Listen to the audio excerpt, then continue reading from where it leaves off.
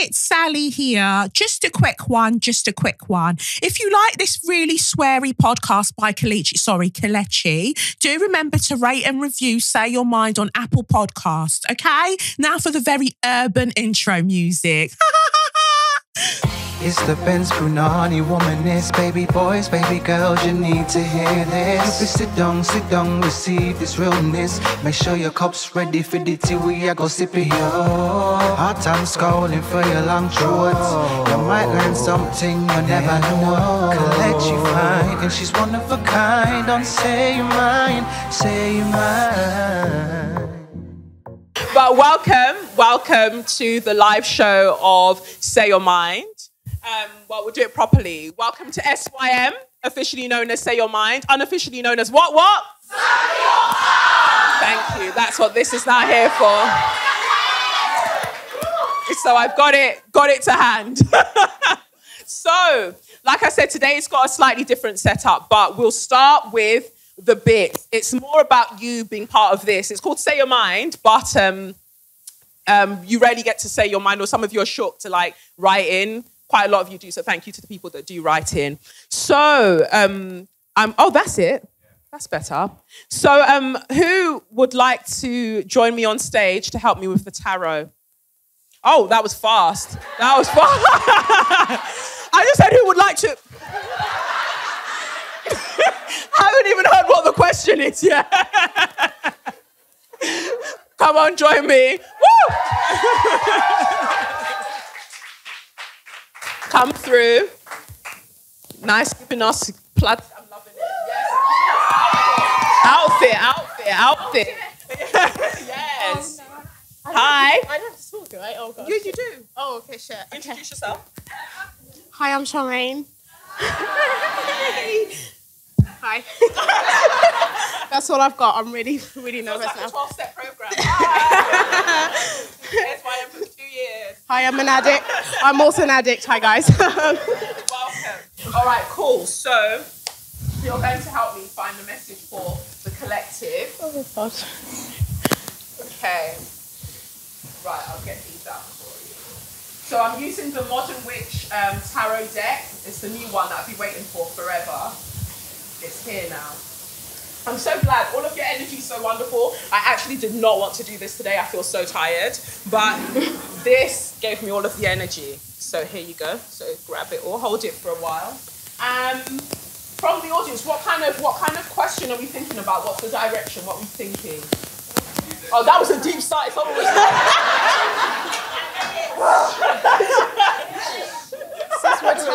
We're tired.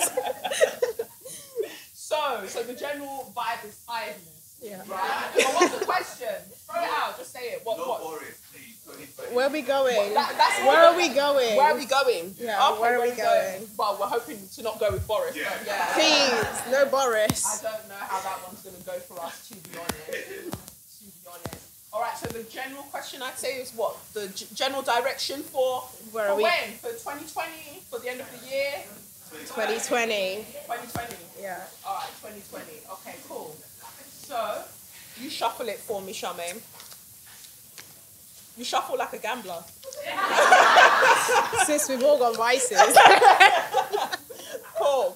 So you shuffle that, and without knowing what's going to come up, I'll shuffle this one for the advice. So this is from the Say Your Mind affirmation card deck. Who has these? Oh, wonderful. Wow. Oh, look at... We need the ones it who are again. silently proud of themselves. They're like, well, We need it again. The others are shamed. We're ashamed. We need it again. No, we'll be back. Something similar will be back. Georgina, big up yourself. Woo! Georgina's the one that did all the amazing illustrations on these. So. Woo! They want a round two. They want us to roll back. Please, through. Georgina, please. Sis. We'll talk. That's it. Okay, so, and I'll do these ones. Okay. So pick out 3 for me. Ooh. That one's picked itself. All right. 7 of Swords. Okay. So there's another one here. And another one. And another one. Okay. 10 of Pentacles. Okay. And then just one. Let's go this one. Okay. Oh, okay, nice. All right, cool. Cool. So we'll start with those. You can hold on to them for now because we might need more clarifiers, and you'll let us know. You'll let us know if you need clarifiers. So the first one that came out was the Seven of Swords.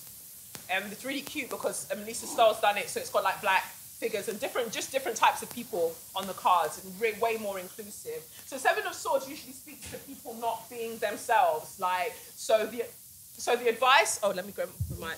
I'm used to projecting. I'm an actor.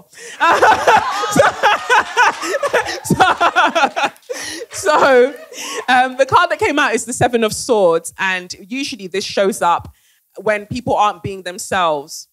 So you're not appearing in the world as you should. You're probably like trying to dim your own light or trying to be smaller than you are. Or some people, like you take a job that is paid way less than you deserve, but you're just like, you're like, but I'm changing career paths, so let me just take this massive pay cut because, it'll get me into this new thing. But it's bunning you.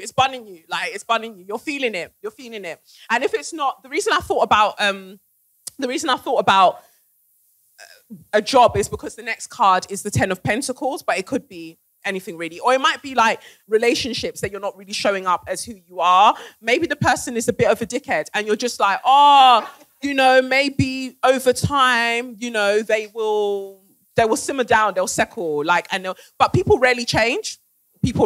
So that's something to kind of bear in mind. So going into 2020, you're being asked, I guess, to be more of yourself, regardless of who likes it and doesn't like it, because nobody knows tomorrow. So if you're going to spend all of your time pretending to be who you're not, things can change in the blink of an eye, and then you spent your life being a fake.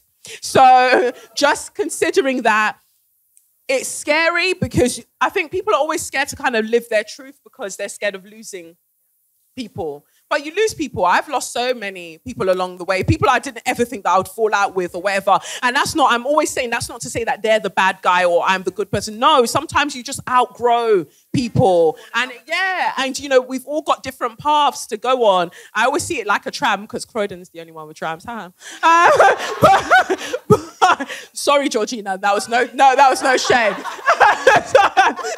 I mean, it's actually very efficient. I don't know why I'm being mean. So you're like, you know what, I'm getting off at stop C, and this person has to get off at stop A for where they're going. Maybe their house is there or whatever. Why the fuck do you want them to follow you to stop C? Because that's where your house is. That's not where their house is. So it's like bearing in mind that we all have different stops to get off, and it's rather than like getting vexed and shouting at them through the window, like you prick, and then your tram's moving on. You're like, like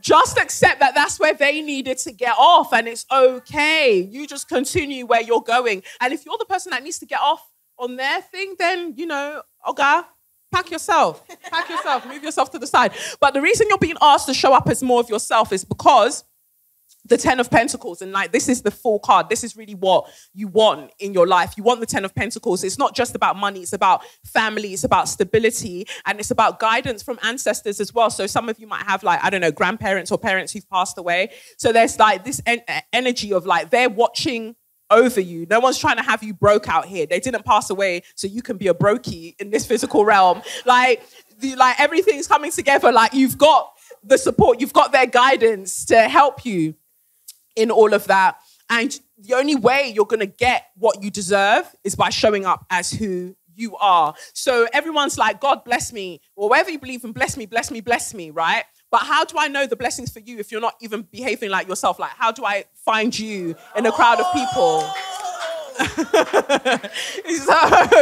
So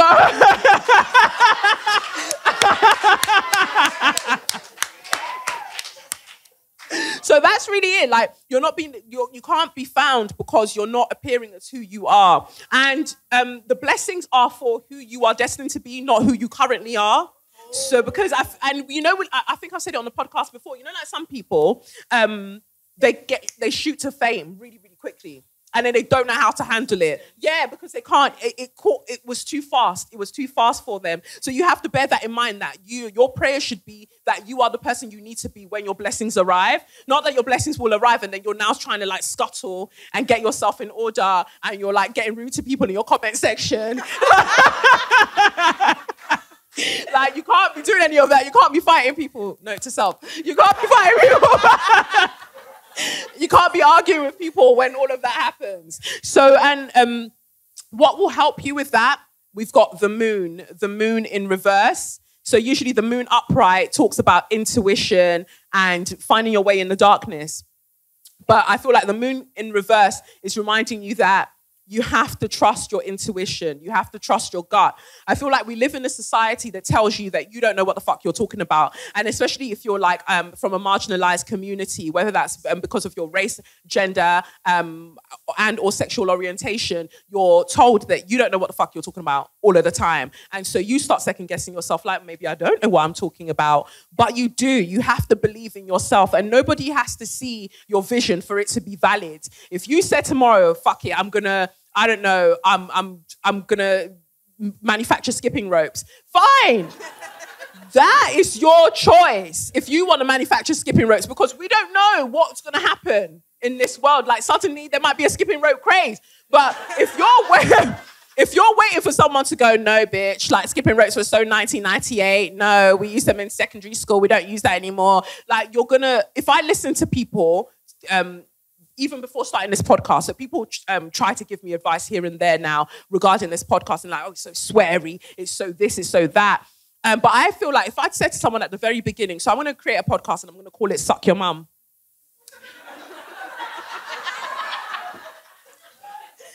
What? That's wonderful. That's wonderful. Maybe consider another, like people will try to move you from the path that you know in your heart and soul that is one for you. Like, you don't have to justify it to anybody. If they don't get it, that's their wahala. You just leave them to it. So that's really it. So in summary, show up as who you are, because a lot of us aren't showing up as who we are. We're trying to be smaller. And I feel like sometimes that's maybe from trauma as well. If you've grown up in a household where your personality was seen as too big, or you were like the black sheep, I always find that annoying. But you find that you're always kind of resenting your own personality. You know that it's who you are and who you're destined to be, but you keep thinking about other people and how they feel about it. And you can't think about other people and what they feel about it. This is who you are. You came to the world to be this. So be that. Otherwise, what's the point? You're just wasting hours of breath on what exactly? On holding it. So, and the reason that's come out, be more yourself, because the blessings that you've been praying for, that your heart truly, truly desires, can only be given to you when you show up as more of yourself. And trust your intuition. You don't need anyone to tell you this is the right or wrong way to be. Be who you are. And as long as you know that it's kind and you can sleep at night, then that's it. Everyone else can go suck out. From the Say Your Mind affirmation card deck, the card that came out is blessings continue to slide in the DMs of my higher consciousness. Look at that. As you're reading this, your higher self is welcoming blessings that will serve you in the biggest ways. So that's it. That's for everyone. Like, I don't feel like your 2020 is one that will be filled with bad news. You've got lots of good news. All of us have got great news coming our way. That doesn't mean we're not going to have to do a lot of work, but we're going to have to do fucking loads of work. And a lot of it is actually intuitive work. You're going to have to just trust your gut. There's no rhyme or reason that tells you that this is the right thing to do. You just have to know. And if someone asks you, well, how do you know that? I just know. That's the only way around it. And then the other card that came out from the Marcella Kroll deck was the Talisman. And I did a reading for someone, an MP3 reading for someone earlier this week, and they got the Talisman as well. But I'll just read what it says, number 31. So it says here, thank you. Here we go. It says, the Talisman represents new doors opening for you now. New pathways are possible at this time. It also invites you to find or create and charge an appropriate symbol, amulet, or mantra to help support your current endeavors or healing. Empower this talisman with your intention to ensure its magic in your everyday life. Meditate with this card to act as a powerful road opener to a new adventure, opportunities, or to discover hidden talismans of power, love, and peace. So that's that. I find that really helpful. I've always got a piece of jewelry or something that I have on at any time, depending on situations. They don't have to have any magical power. No one has to believe in it. As people can be like, haha, that's fucking stupid. But it's for you. It's more of a thing that what it does for you and what it reminds you of. So whenever I do shows, for instance, or live shows or big events, I always wear my black obsidian. For me, that's a reminder to be truthful, to be confident, and to not absorb other people's energy, whether good or bad, just like leave people with their own energy and firmly exist in my own space. So find that thing, whatever it is. It can be a small crystal or a piece of jewelry that you've got from a family member. Maybe it's the family member that passed away, whatever you've got. Keep it close to you at all times, because people will try to move mad. People will try to give you energy or project things that aren't yours. And just having that thing with you at all the time, especially when you're going to maybe those big meetings or whatever you're doing, just to remind you that you are that boss. Like you're not a dickhead out here. Yeah, you're a dickhead in recovery, but you're not a dickhead out here. So that will remind you. So that's that really for the tarot part. But do you need any clarifiers? Because Charmaine's here with the clarifier card. We good? God, I feel you. Yeah. Good. I'm glad it resonated. Thank you, Charmaine. Woo!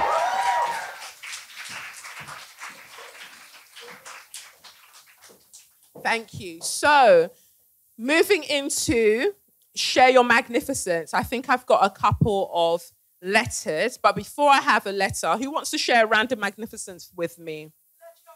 Oh, thanks.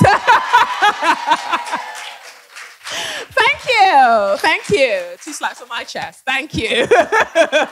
Anyone else who wants to come up, who's got a random share your magnificence that you want? It could be about you, you know. I feel like some of you don't big up yourselves enough. You write to me about other people like, oh, I think Mary's doing wonderful work. That's wonderful for Mary. How about you, George? So up you come. Up you come. Woo!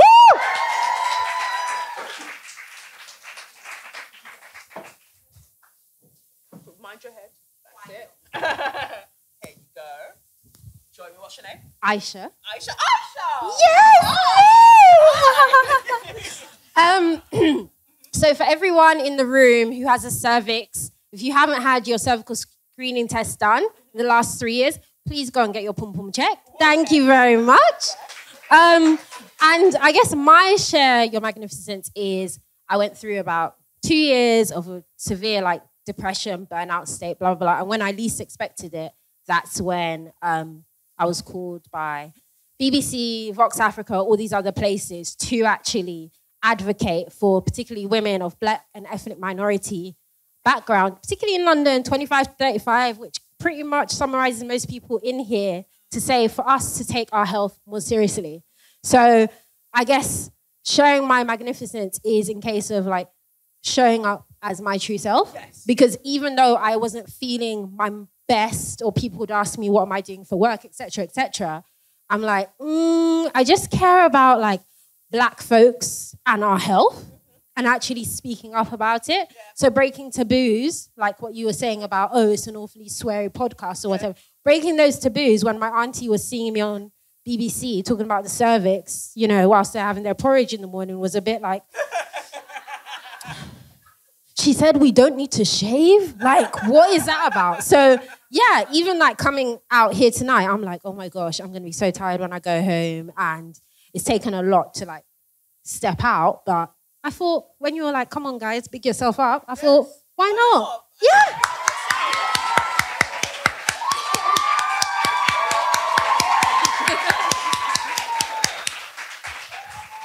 The customary 2 slaps on your chest, off you go. That's the one. Well done. Thank you, Aisha. Thank you. Woo! Nice. Thank you. So the letter I have says here, hey, Kelechi, firstly, thank you for your wonderful weekly tarot readings. It's been mad how much some of them have related to my moods during the weeks I listen to them. I often use them to get my thoughts in order and to tackle things I'm feeling, so thank you for your guidance. Onto the card you picked up last week, the star in reverse, you interpreted it as being about problems with self-belief, something I could totally relate to. And it got me thinking about the people around me who are achieving great things, who should know that they are bosses with no doubt. One such person that came to mind was my studio mate, Aisata Ibrahima. She launched her eponymous fashion labels spring-summer 20 lookbook last month, Big Things. I work very closely to her in the studio, and I can tell you that the hustle she put in to finish her collection was the real deal. I'm talking sleepless nights spent toiling fabric and finishing detail. Seeing her collection as a finished ensemble shows the work she put in was not in vain, as it is a beautiful tailored collection of suit jackets and two-pieces, and the blush-spiring tones are divine.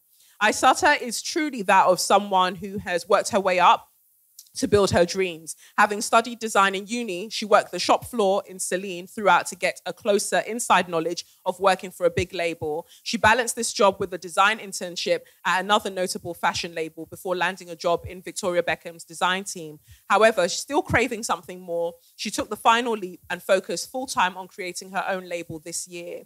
If you look at the lookbook, you'll see that she is all about excellence, attention to detail, and simple sophistication. Her clothes are made for pure bosses, women and non-binary people taking up space in professional industries, stunters who do not have to work hard to stunt.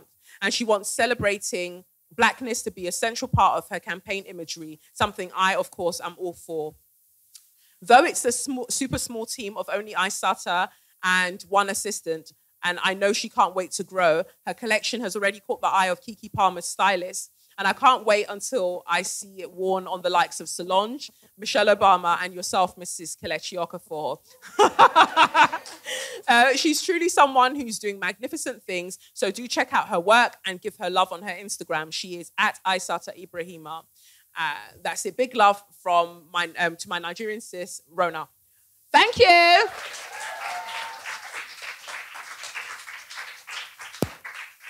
That's truly, truly wonderful.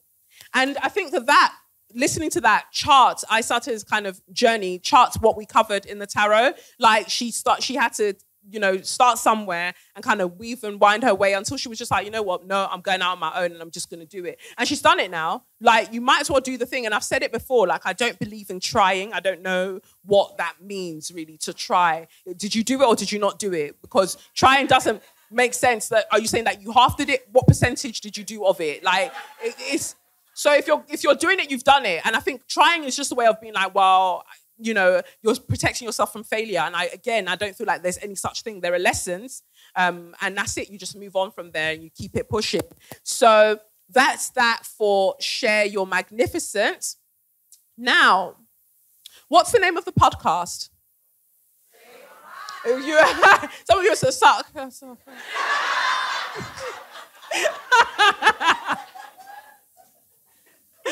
So it's unofficially called Suck Your Mum, but officially, obviously, we know it as Say Your Mind. And I wanted to make sure that this time round, I get as many of you to say your mind as much as possible. That's why I said to you that you'll be invited on stage. I'm not going to force you, but I promise you, it is so freeing to just get up and just say whatever just comes to your mind. Literally say it. You have 30 seconds. Listen again. Open your ears. Well. You have 30 seconds. If you now decide that you want to do War and Peace on that mic, I'll just go on my mic, and I'll start blocking out what you're saying.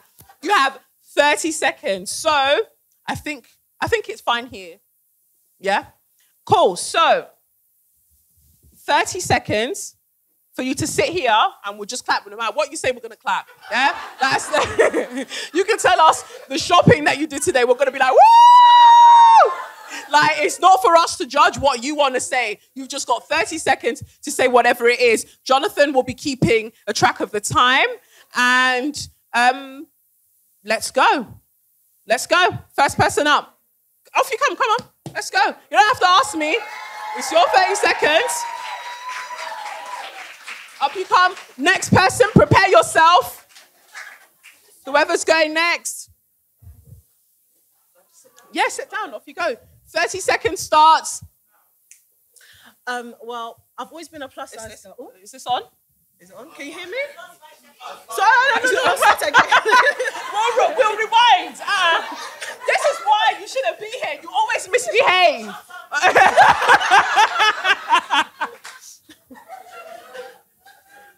All right, let's go. 30 seconds again. Cool. Okay, so I've always been a plus size girl and always felt really, really shy about it. Like, I'm bubbly and stuff, but under the surface, I've always been uncomfortable about it. But I said, you know what? Yeah, 2020 no more. This is why I look like this, is why I am. You've got to like it, you ain't gonna fucking like it.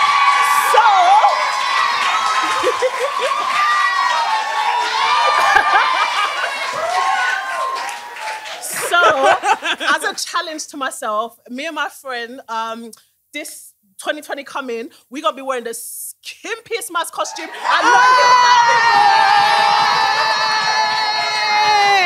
Yes! That's it, thank you. Look at that, perfect. Woo!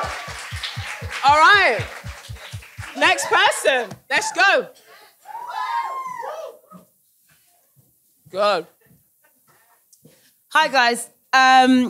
I just wanted to say I had a really big moment yesterday because I'm dating a guy who has children. I don't have children. And the mother of his children, while she might be lovely to her family, she's a fucking nightmare to me, right? And so yesterday, she created a lot of drama. And normally if somebody comes at me, I'm like defensive. I'm like 10 punches before you throw one. But I got on my big woman knickers and I was like, you know what, babes, let's just calm down and let's talk about it. And she ended up looking like the arsehole that she obviously is. And I left that situation glowing. And I feel fucking amazing.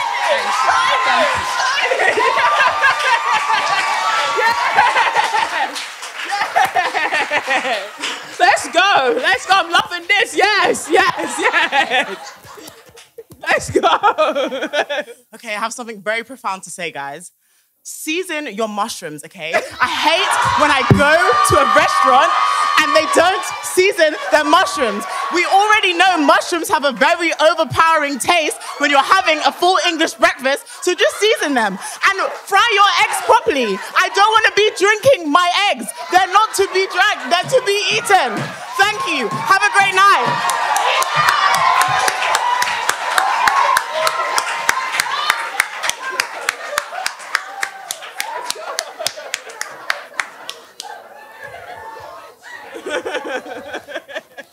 Hi guys, my name is Hafsa. I'm the age of Jesus, aka 33.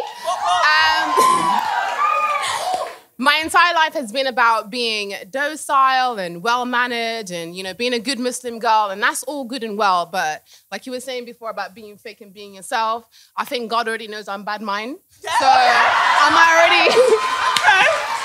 as well tell everybody we can swear up, it's cool. So I don't think God meant Somali girls. I think he meant the rest of the world.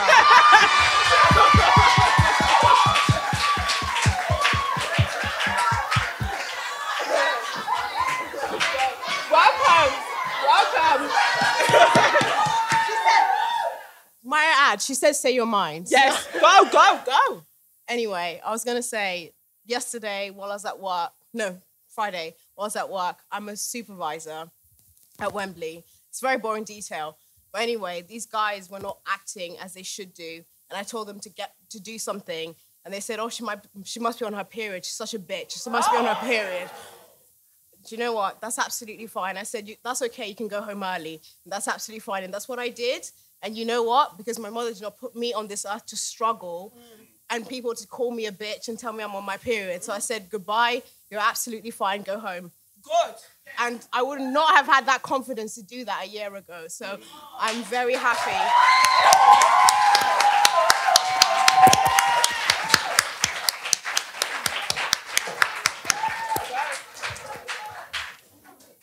I'm waiting for some of you people to be getting yourself ready. Don't hold it in. You'll forever hold your peace, Abby. Don't hold your peace, though. Don't hold your pieces. All right, let's go. Hi. So bear with me. A huge fuck you to corporations and small businesses that underpay their staff. I make you £2,000 a day. Why the fuck are you paying me under London living wage? Okay.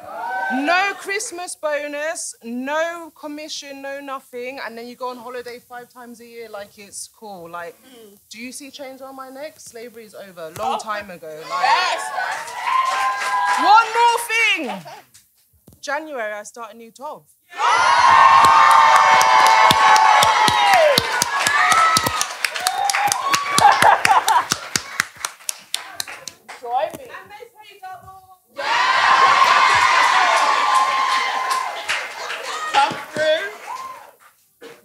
Right, good evening, everyone. Last year, I made the active decision to start going on solo holidays.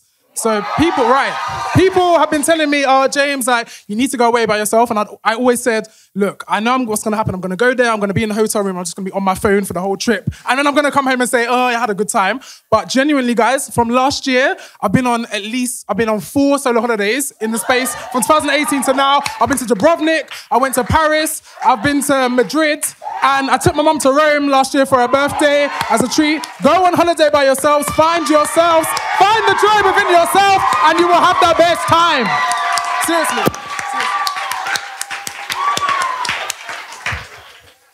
Do you see how James used the mic there, like a professional? He was there with the mic like this. All of you follow suit. Well done, James. Thank you. Thank you. Next person. Let's go. Hey. Hey.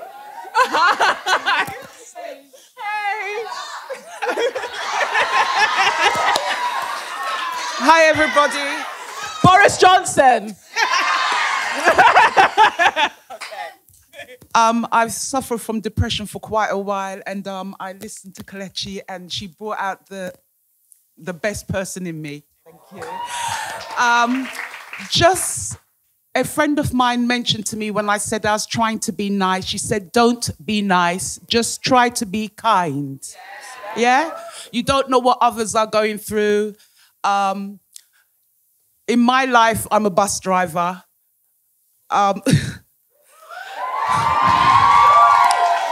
Remember, your life is in my hand, and I care. That's all.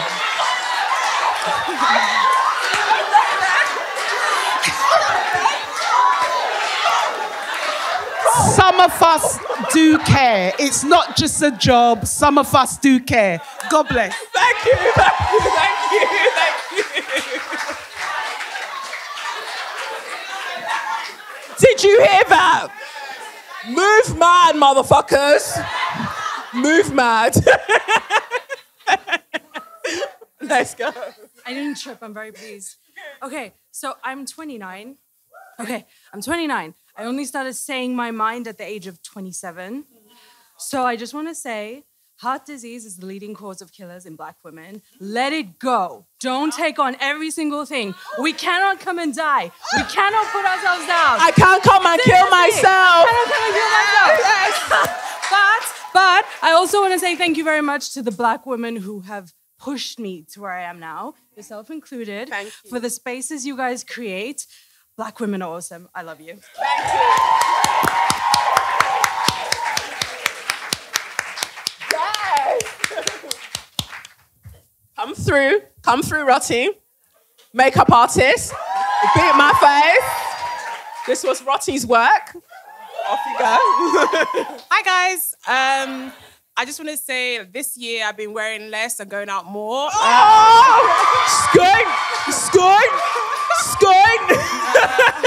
I've lost like 25 kilos. Like, it's been big. And I also want to shout out my friend Misha, who got a new job in the role she's been wanting for so long. So yeah. All right, let's go. Don't be scared. I'm glad I'm seeing you coming, joining the line like this. It's wonderful. Joining. Hello. Hi. First off, fuck Boris. Okay. Boris! Accessories! Yes! Fuck Boris.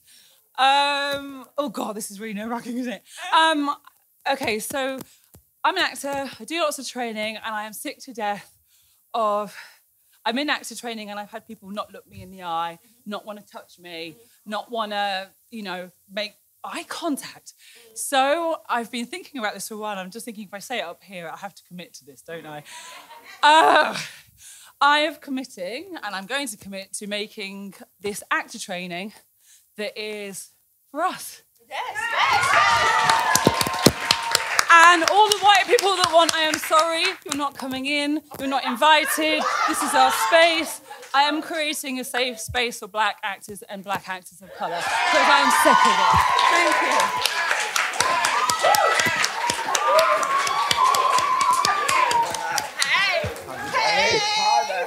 So, I'm Case. Okay, I'm Kason. I want to first say I hope everyone's paying attention, collecting the gems. I flew all the way from New York just to hear this. Yes. So pay attention. Also, I want to encourage everyone to say yes. The whole year I've said yes to things that have scared me, challenged me, any sort of thing, just yes to everything I ever wanted to do. It's been the best year of my life. I'm traveling the world to getting jobs I always wanted. So just say yes and see what happens. It's always going to be great. So,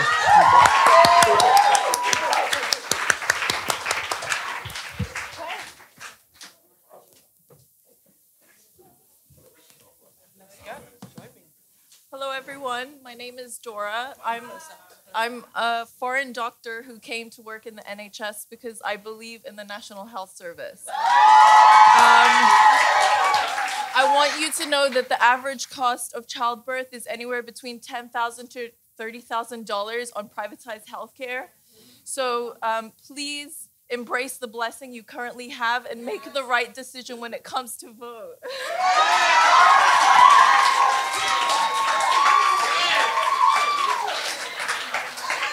Somebody's now told you on the 12th, if you move mad, God is watching. God is watching. Hi. Hi, guys. I'm Huda. I just want to tell everyone to love themselves. It's something that I've been struggling with for a long time, and I'm learning to do, because the minute you do love yourselves, you can love other people, and I think that's the major thing that we're missing around the world. Like, people are dying. They're literally losing their lives. They're not able to do the things that we can do. So whatever we can do for them is love ourselves, love them back, and just try, just try to be a community how we're meant to be. Yeah. That's all I want to bring out in this world, in this world.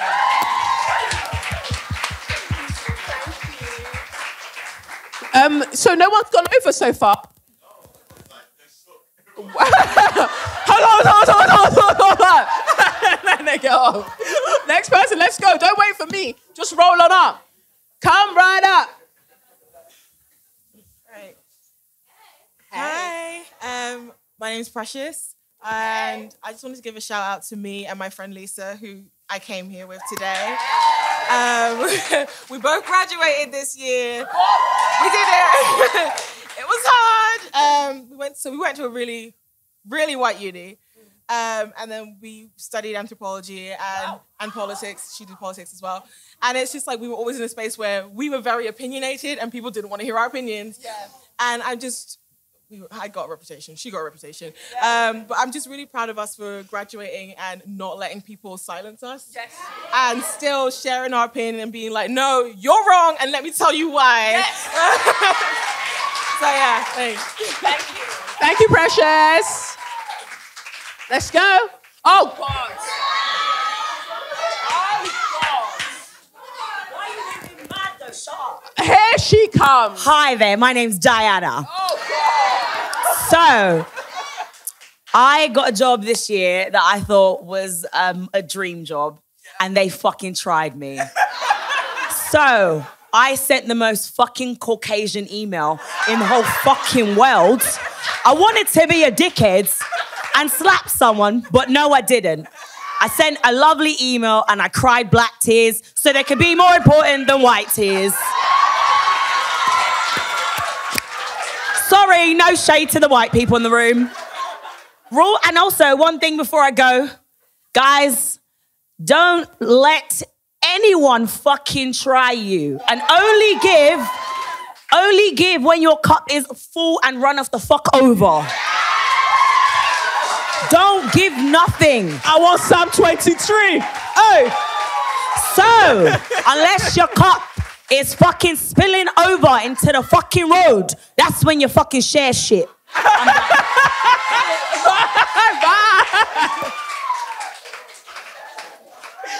That's Diana, my baby girl forever. Troublemaker for life.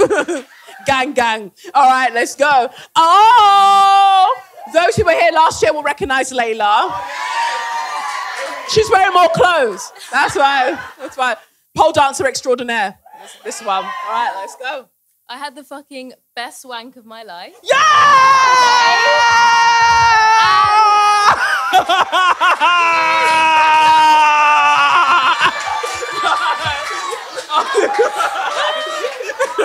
I just want to encourage you all to do the same if you can and if you want to. And also come to the studio, but don't wank at the studio, obviously. But come to the studio and take some classes. Woo! Thank you. Woo! Let's go, next person. Thank you, Layla.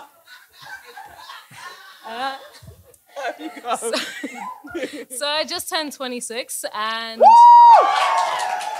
last week it's my birthday week. Okay, I realized that like self-doubt is fucking crippling, and like in order to like really become who you are, like I was listening to everything that you were saying, and it's like being authentic and really fucking saying fuck you to self-doubt is a big thing, and just being like, no, I'm gonna be who I am.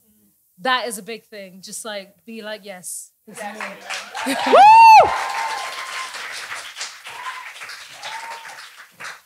Hey, Annie. Hi, my name's Annie. Next Sunday is 6 months of me living in London. I moved here from New Zealand, and I just have to say, like, making friends as an adult was fucking difficult. But today I went to football with some random woman, and it was really, really fun. And I hate sport, but I did it, and I made friends. And I just want to say, be nice to strangers. Talk to people. Like some random twat on the tube tried to argue with me about tourism. He doesn't need to talk to people. But everyone else, talk to people, be nice. And as a really independent person, like I need to let people in and make friends, but also like value my alone time and take myself on dates. Yeah. Woo! Thank you. All right, let's go. Next person. Good. I'm liking this line. Well done.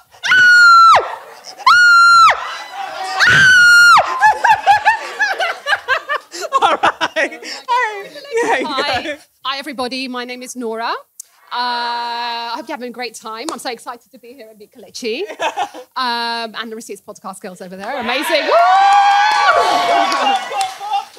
I would just like to say, as a woman of African descent, I think as we kind of are given a lot of responsibility. I know from family, from work, and it's just like you're meant to be doing it.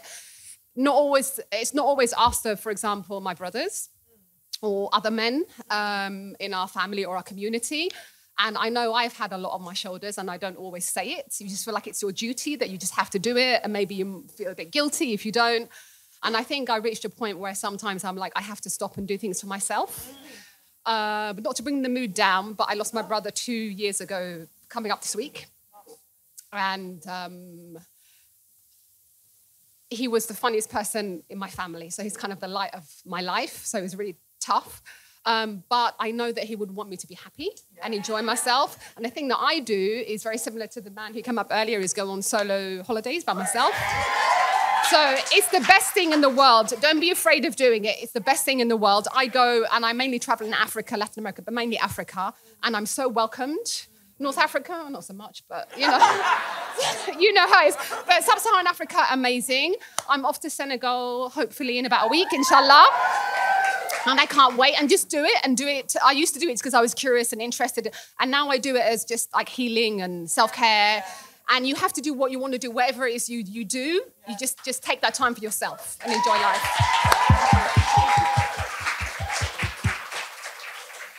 Hey, come through, join me.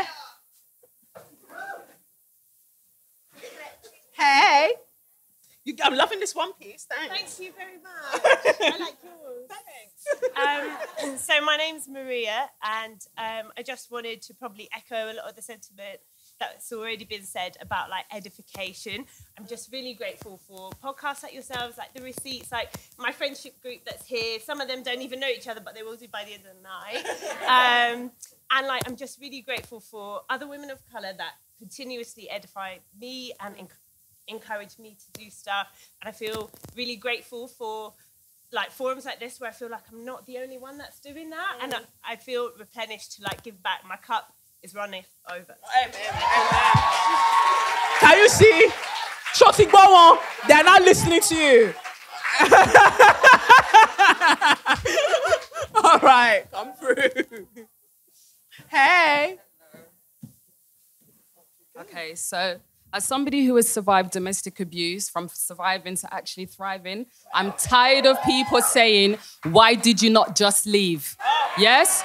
If I was to tell you right now to go to your house and leave everything that you know behind, your passport, your family, even sometimes your children, let me see how that easy is it for you. The next time somebody says, you know, they're in a situation like that, don't say, why didn't you just leave? Ask them, how can I help you?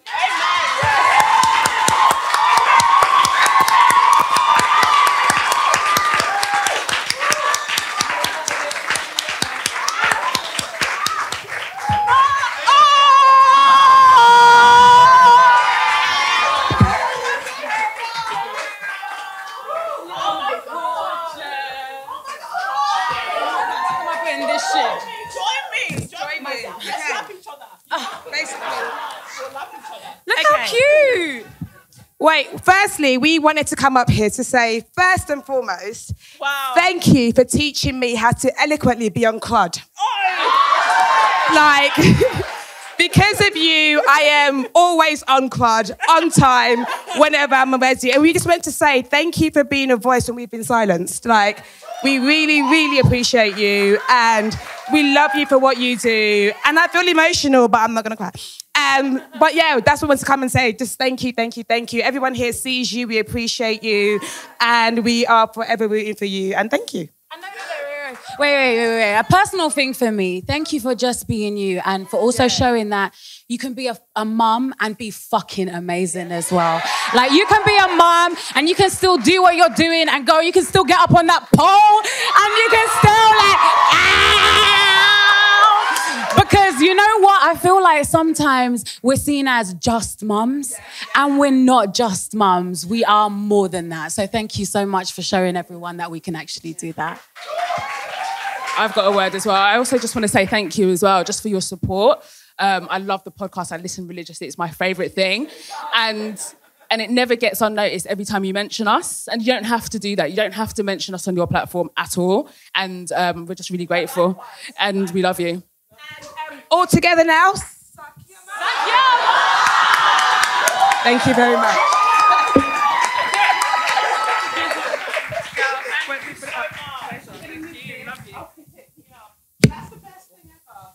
Oh my God, it feels like Christmas has come early. Like, if you listen to podcasts, you know how much I fucking love the Receipts podcast. I love them with all of my heart because they've been out here from early, consistent. When you say consistent, when you just say all of the blessings. May 2020 just be bigger than your wildest dreams, all three of you, like actual bad girls. Thank you. And the next.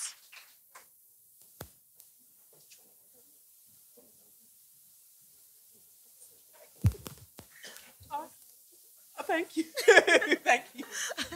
I'm quite shy, but my name is Tadani, and I just want to give a big shout out to my friend Phil, who came with me today. He doesn't know anything about you, but he doesn't know what to expect. But he whispered to me that he's enjoying it, so that's a good thing. You better. But I just want to give a big shout out to him, because literally anything, like, that guy just drops anything. Like, he's like the most like committed and just a great friend. I just love him. I just want to say publicly, I love you, friend. Thank you. Thank you. Thank you, friend. Thank you.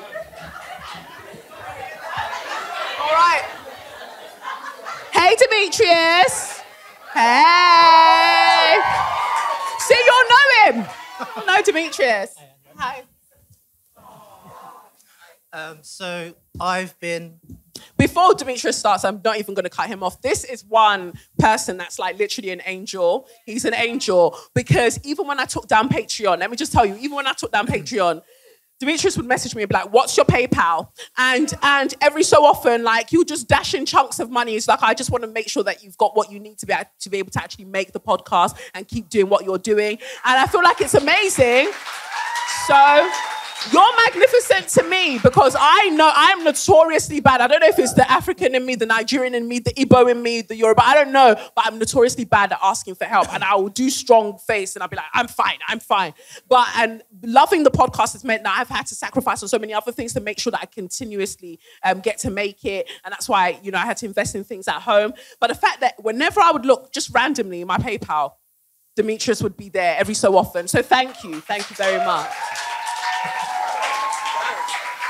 So I've been dealing with lots of social anxiety the last couple of years, and by committing to therapy over the last year and committing to my relationship with God and committing to tarot as well, thank you, I've had the best 2019 of my entire life. And I've realised that when God has your back, he can come for you. Who can? Who can? Thank you, Demetrius. Hey, congratulations. Hey. I'm like, what you congratulations? Guys, my baby has been kicking whack. me, like, go on the stage. Yes. So I'm a bit nervous. My name's Shantice. Hello, everyone. So yeah, I am 34 weeks pregnant.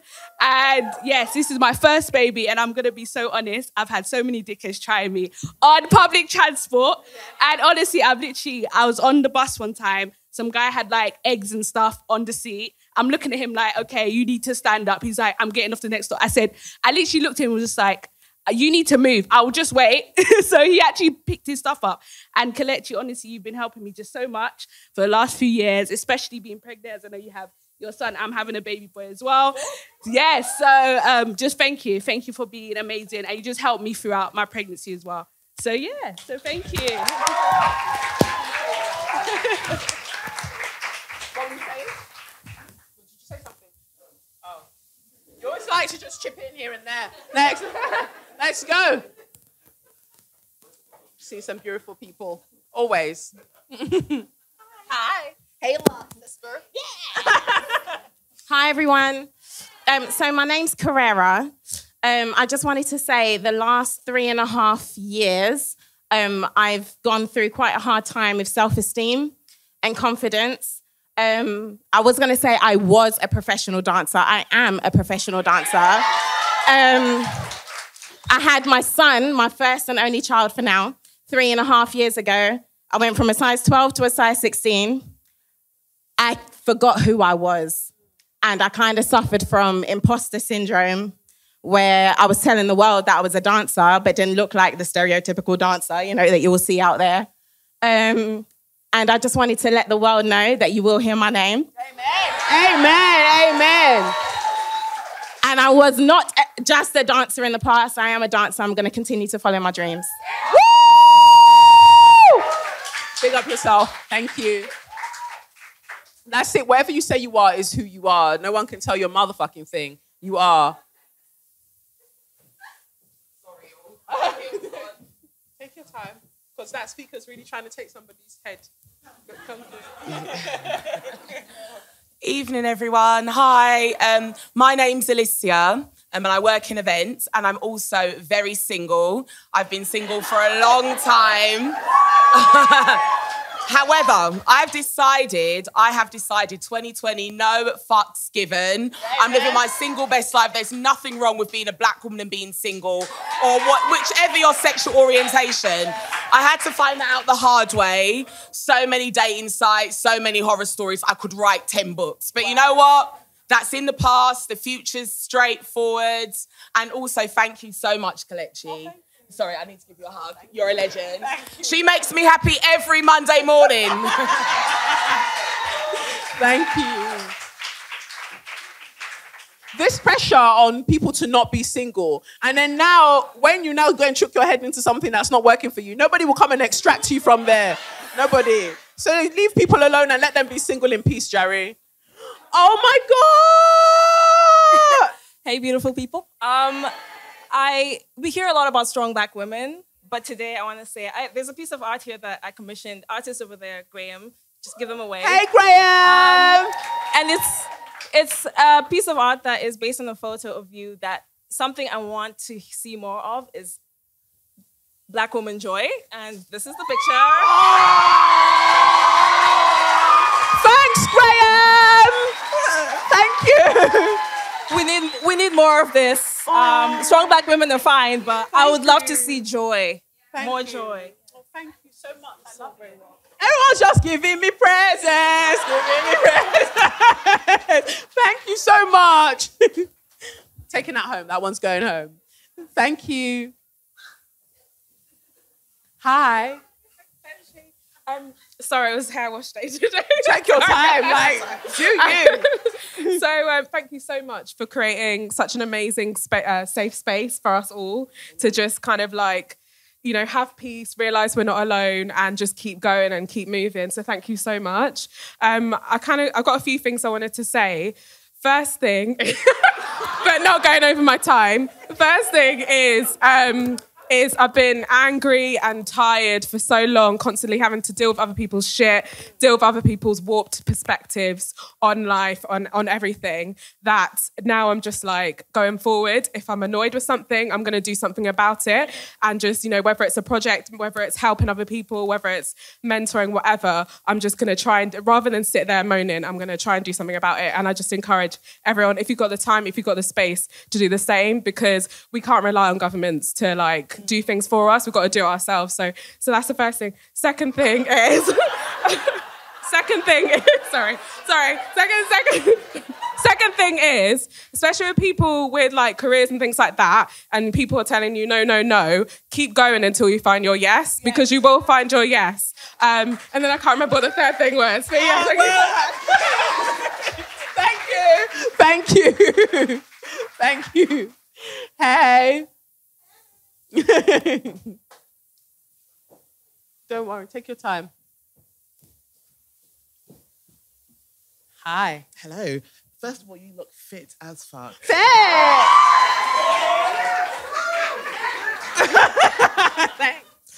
My name's Monty, and I've been going through a... Yeah, that one. Yeah.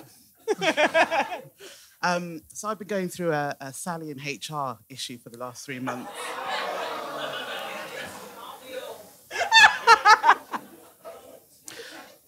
But I don't think my employers realise that I'm on Nigerian. Niger babe. Koni Dafun. Koni Dafun, that's how she said it. It will never be well with them, because I will rip them a new arsehole.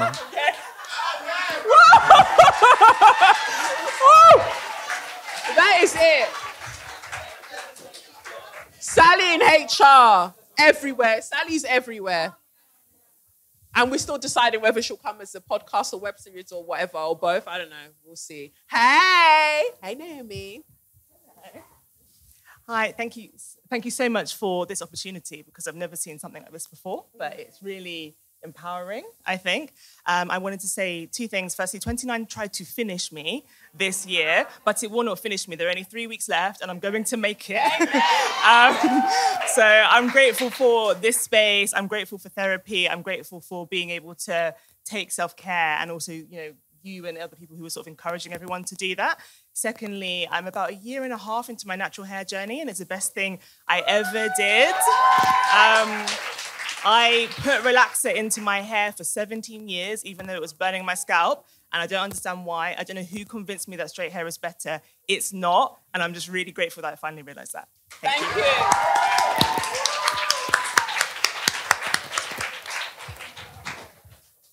Miles, my baby boy. Handsome boy. Handsome.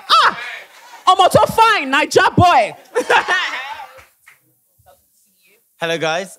First of all, well done, Kelechi. You look fucking beautiful tonight. Nice things. I want to first of all say that a lot of us, especially coming from a black family, I feel like the ideology of family is everything can be weaponized against us. And when your family don't support you, you're now trained to think, I have nothing. And how can you get something when you have nothing? But fuck that. It's taken me like 26 years to understand that I don't actually need my family to accomplish my dreams and to be who I am in this world. So for anyone out there that's not got the support of your family, like, fuck them. You can do it without them. God made you. God gave you everything that you have to accomplish your dreams. So continue to do what you're doing and find something to allow you to believe that you can do it. And yeah, nice things. Thank you. Thank you, guys. Thank you. That smiles. Are you still in the thing? I can't say it. No, keep going. Are you still in the show? Yes. Can I say the show? No. Okay. But it's a West End baby boy, just so you know. Oh, hi, Georgina. Tarot, affirmation cards. This is her. Yes. Hey, I'm Georgina, and I just wanted to touch on what you said in the tarots about like showing up as all of you.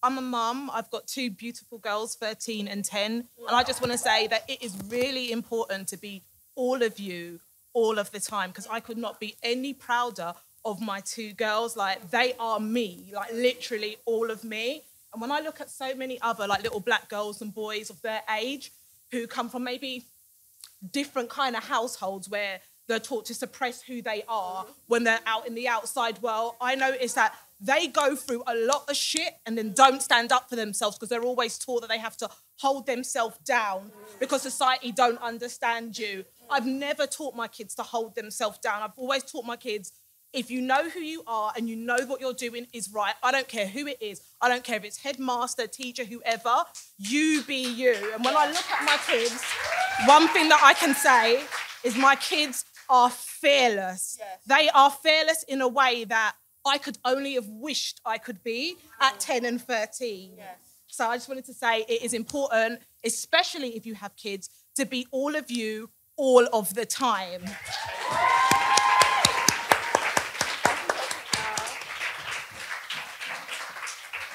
And I feel like that's such a salient point as well, because you have to be who you are. If you're trying to pretend and be what you think a mum is supposed to be, you're just fooling yourself. And let the child see who you are as a person and go from there. Come through. Hey. Hi, I'm Tegan. I'm really quite nervous, I'm not gonna lie. I am fangirling heavily right now. I'm in year 13. I'm doing politics, and I just want to say that you've literally helped me so much. Like, and I just feel like I could argue with white people whenever I want. Like, if you're in the wrong, I'm gonna pull you up on it. Like, I never used to like do that. I would let they're not my friends anymore, but I would let old friends say reckless shit, and no longer. So now you body them. So yeah, thank you. Oh, and also I mentioned you in my personal statement. But let's see how that goes. Woo, woo, those universities. Come through. Hi. My name's Moji, and as someone with sickle cell, I think it's easy to kind of be told to be ashamed of things that you can't control. So I'm here to tell you that you don't have to be like that, and you don't have to let any kind of chronic illness kind of restrict you. You can still live your best life. You know, you just have to kind of manage yourself. But yeah, you can still do very well. So yeah, just to tell you. Thank you, Moji. Thank you. Thank you. Thank you. Ha! Now we have supermodel extraordinaire. If you are a Wash Stormzy video, where he say you should hold it, the girl that was grinding on him, it was this one. It was this one that was doing honey. Baby just honey. Hi, my name's Mulan, and I just wanted to thank Kelechi for the whole of 2019 for helping me get out of my comfort zone and staying out of it, for being single for a year, not slapping anyone for a year. Oh, God, like, the whole year. If you're going to get there. And just being fabulous every Monday, delivering and just being amazing. Thank you so much.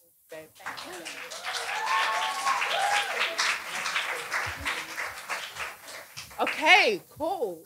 Is it, okay, good. Okay, all right, come through. Do you know what I love? That my hijabi sisters are here. Yes, rapping, yes. Don't, hey. Behave yourself. Don't now say that you love it. Where's your own? Let's go. Hi, everyone. Hi. I'm nervous. I don't do this, so I'm doing it.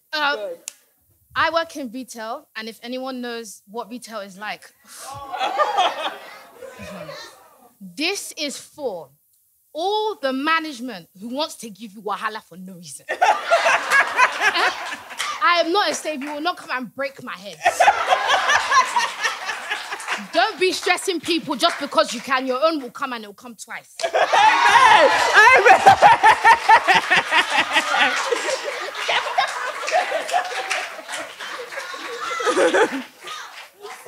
Hi.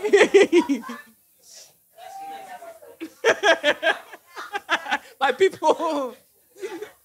Bad behavior. Hi. Hi, everyone. I'm Stephanie. Hi. So I just wanted to say, I started a new job, and I think this is basically almost every workplace I've been in. When you start and there's only a few of you that are black, you'll walk around, you'll look at each other, some of you will smile. But then you always get the ones that act like, I don't see you, I can't look at you, I can't smile with you this morning. And it really gets on my nerves because I just think to myself, there's only a few of us black people here. Smile at me, say good morning, say my hair looks nice. There's one woman at work that acts like she's having a seizure if she sees me. So I just feel like it's really strange how we act like this towards each other, especially black women, can I just say. Obviously, I'm not trying to say beg friend, be friend with everyone, but we're in workplaces, smile, say good morning. And it's one thing that I would really like us to do a bit more, like support each other. Like we don't need to know each other, but we can smile. We can back each other up when we're in meetings. Like if there's only two of you there, why are we enemies? Why are we trying to fight to be the best? And we really need to stop doing it. So when you go to work, I don't know what your workplaces are like, but just think about it. It's just as hard as it is for you as it is for them. But I feel like we try and make each other's lives harder instead of supporting each other. And that's one thing that I really think we need to stop doing. Thank you. Someone said it, but it reminded me of that Little Miss Jocelyn episode when she's like, shh, they don't know I'm black. Hi. Loving this headscarf. Join me. I just want to say thank you to you because I love the podcast. And sometimes I don't get to listen to it on a Monday because I have a 13-week-old baby. And this is my first night out. So, yes. I was not going to miss this for anything. Wow, so where's the child? At home. Good. Because people always ask me that. Where's the child? Where do you think? And back inside. What I wanted to say is basically sometimes like people's opinions are not needed. Like throughout my whole pregnancy, like people kept giving me unsolicited advice that I didn't need. And I like to work out a lot, and people kept saying, "Are you sure you want to work out? Like I don't think you should be doing this and you shouldn't be doing that." And it was just very, very like testing for me. And I had to try and like compress myself. And some people I had to tell them about themselves as well. And they didn't say anything ever again. So yes, I just wanted to say thank you to Kelechi as well, because our children are like a couple of days apart. Oh. Yes. So thank you. Thank you very much. Congratulations. Aw. Hi. This is my pole student.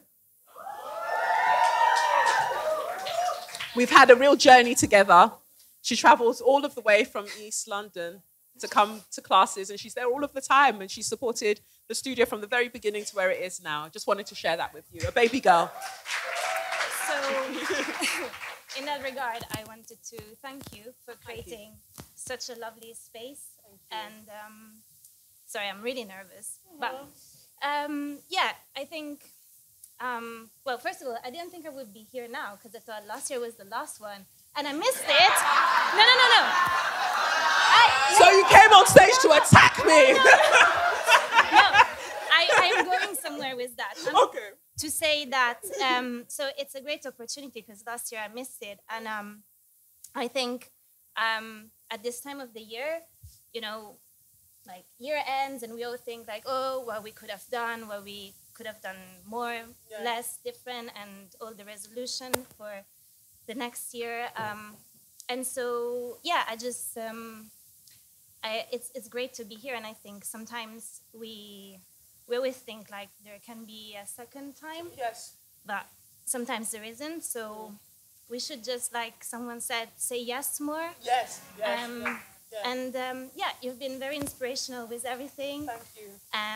With your podcast and your acting and your directing and your book and your tarots and everything. Like multi-skilled. Yes. Yeah, so you've been very inspiring, and I think what everyone said resonated with me, and I think it resonates with everyone because we're like, we don't realize because we always are so focused about ourselves, but I think we're all the same, like we share the same things. And my message is, I think we're much stronger than we think or we know we are. Yes. Yeah. That's it.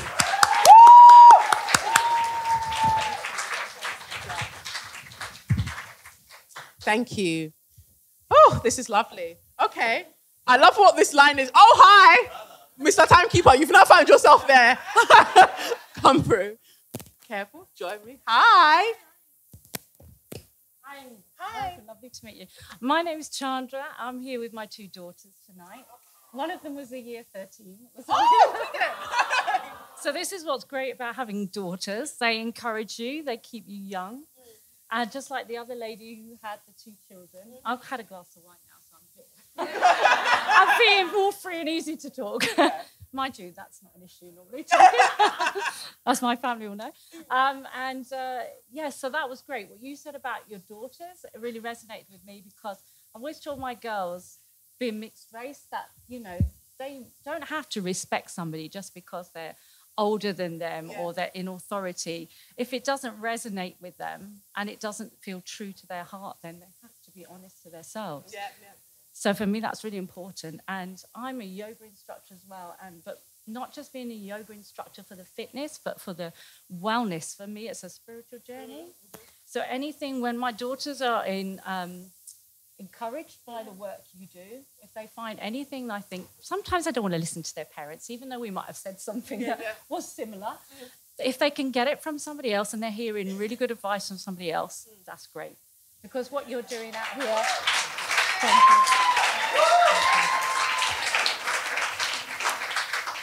you. What you're doing is empowering, and that's the message I try to do in my yoga, to lift people up. So keep up the good work. Thank you. Thank you so much. Thank you.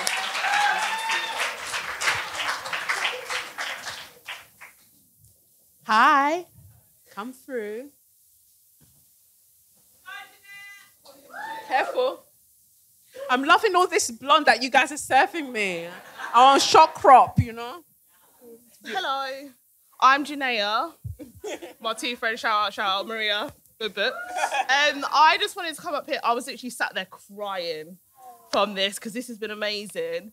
And my ancestors would cuss me out if I didn't come up here and say something, so I'm here. But from someone who has grown up in a predominantly white space, I'm not from London, it's been so difficult growing up and just like knowing myself and know what I can and can't say and the fuckeries that I've allowed to happen. And 2019, massive year for me, turning point. And it's been amazing, obviously, with your platform and the receipts as well. Shout out to you guys. It's just been amazing to see these empowered Black women on these platforms telling us we don't have to listen to these people, we don't have to be told we can't. Do you know what I mean? And I think, yeah, it's just been really inspiring. I'm super nervous. But also as well, I've started the BAME network at work because there's been some fuckeries that need to be addressed. And all thanks to you and your encouragement. So yeah, thank you so much, Kelechi. Thank you. Woo! All right. Hi. Of course, our good sis Hodan is here. You hear me mention her on the podcast. Hi. Hey. I'm glad to be here. Hi, everyone. I just wanted to come up and just to say how much I respect and love you. And I really appreciate how, I've met so many people here tonight who say, oh, you're, Hodan from the podcast. I've heard you mention. So the fact that you use your platform to empower other women and to, reach out and give me your contacts for your photographer, your aid, whatever I need, you're there. And, and God has blessed my life with you as a friend. And I mean that from the bottom of my heart. And it would be insincere for me not to, I know I don't want to take up the stage because you've blessed me before by allowing me to come up and share poetry and things on this stage. Because I wanted to leave the space for other people, but it would be unjust. I would not be able to go home with my conscience if I didn't come up and say that. And a lot of you have spoken things that have also prompted me to say it's never too late. Because, I was speaking to someone who posted a picture of a fine, fine dad the other day online.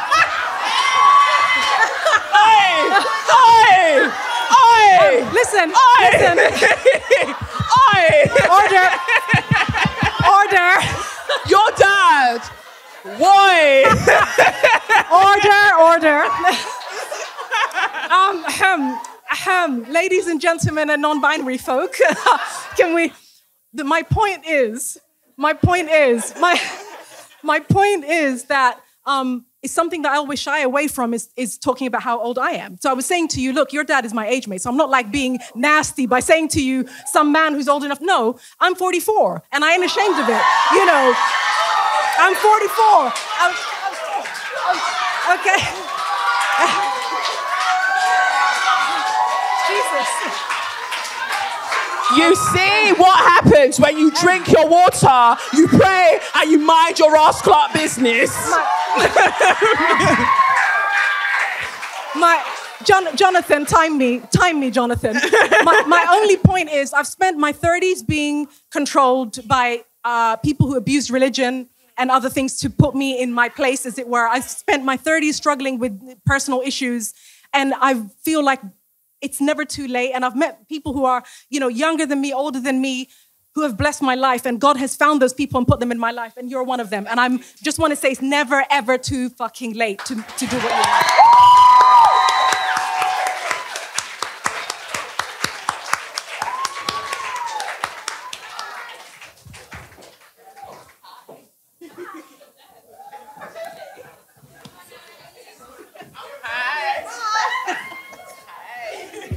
Hi, everyone. Hi, I'm Anais, and I guess I just want to echo about self-care and listening to your body. Do not let the doctors tell you something is right or wrong until you feel it, and I can say that, and also don't take on other people's nonsense. Yeah.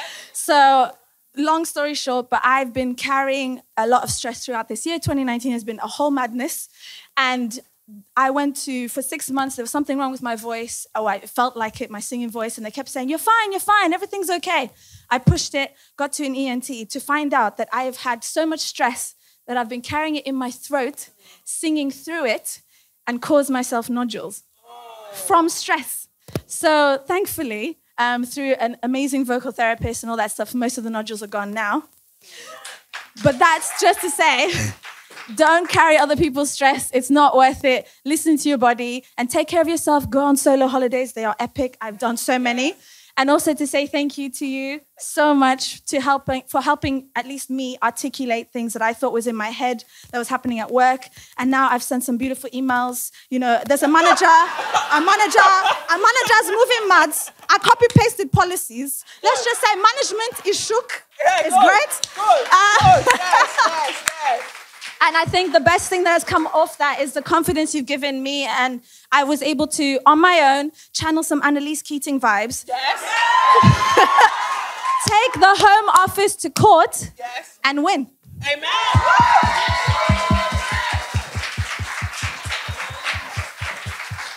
Hey, let's go.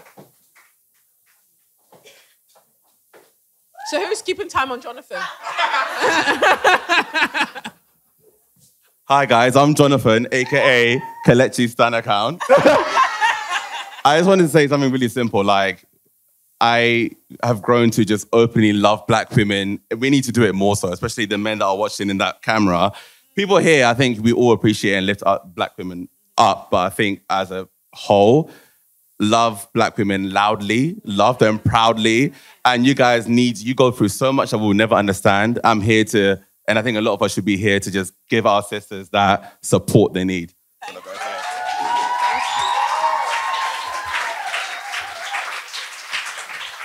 So that mic can really do bits. Wow, you were really there. So now you know how to use it. Jonathan showed you. All right, let's go. Careful of your head, guy. My heart's beating so fast, I'm quite nervous. I just wanted to say thank you, Kelechi, for all that you do.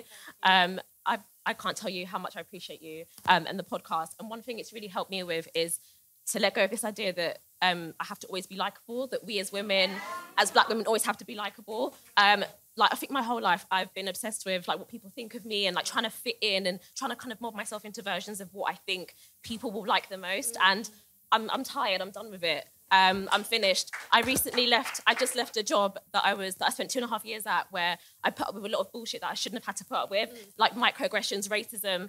And what I did do, I'm quite proud of myself for, I had to send a very gracious, respectful email telling someone about themselves. Okay.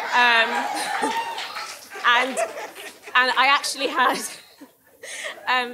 had support from another management member who was like fully had my back and fully supported me with that. And yeah, basically I just want to say likability is overrated, fitting in is overrated, and I'm still a G, basically, and we're all Gs. So thank you for all my I honestly believe that likability is just overrated. No one's saying to go out there and be a prick, but just like, why? Why do you need to be liked? Oh, you're a bit aggressive. Yeah. Thanks. That's it. Own it. Hi. Hi. Hi, everyone. I'm Maria. Hi, Kelechi. I just want to say thank you so much for helping me become my authentic self. As a straight passing queer person, it's been really easy to hide behind assumptions of straightness and like just be with boyfriends and just sort of hide that part of myself, which is a really big part. So yeah, I've just started a relationship with a woman, which is incredible. And I think that I wouldn't have been able to do that a year ago. So yeah, it just ties into what you were saying before about blessings coming your way when you're your most authentic self. And honestly, this is the biggest blessing, and it's because of the way that I'm treating myself, and it's with your assistance. So thank you so much for that.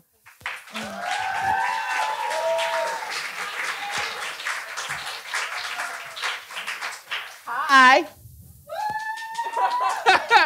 Get up her now. She's doing what? Hello, this is terrifying because you're literally like Beyonce. Beyonce. I love you. I just wanted to, I was really contemplating whether I should get up or not and just went ahead and did it. But, oh my God, this is so scary. 2019 was the hardest fucking year of my life. I was raised by a white family and have never had my blackness be a thing that was appreciated, and it was actually suppressed. And I came to some harsh realizations in January, and I thought, fuck it, this is it. I need to go out on my own. And I just want to say thank you so fucking much to the black community, because you opened your arms to me and you taught me so much about myself and about my heritage and about who I am. And you're absolutely amazing. And you are a massive part of that. And it's been a fucking journey, and it's had a lot of rejection from the people that were in my life before who didn't accept my coming out. I know. But honestly, thank you so much, because just be yourself, like just embrace who you are, because like, if you just spread your wings and fly, it will feel so much fucking better, I promise.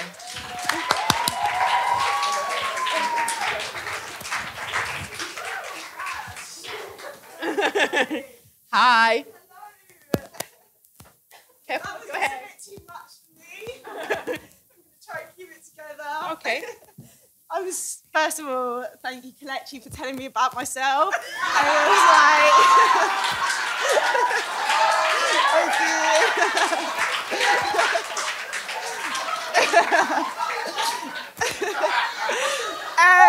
But like, I just want to do a massive, massive shout out to my 3 best friends who brought me here tonight. Like, I listen to your podcast every Monday. I love it, I love it, I love it.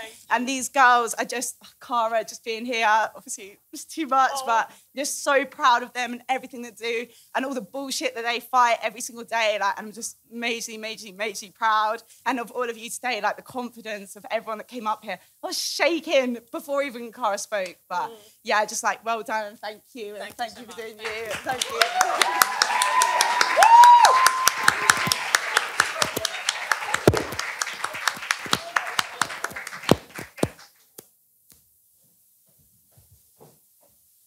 So I feel like after this person over here, hi, we'll say that that's it. Good. All right, cool. Hi, I'm Lisa. I just wanted to say that I had the same experience as the person who just came up before. And when you said that you were going to bring people on, there was a little voice in my head that said, no, that's not for you. And then I had to ask myself, where's that voice coming from? And why is it there? And I've had the same experience as you and growing up in very white spaces and not feeling like myself. And a great person once said, it took many years of vomiting up the filth that I had been taught about myself before I believed that I had a right to walk this earth. So I'm just here to say it for me and to say it for you. You have a right to be here and you have a right to be heard.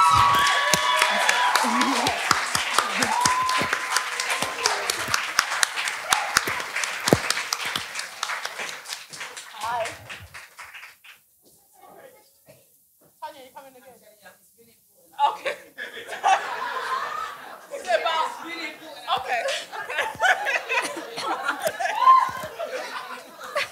Hi everyone, my name's Amina. I'm here with my friend Rebecca who put me on the podcast. I guess she's recording.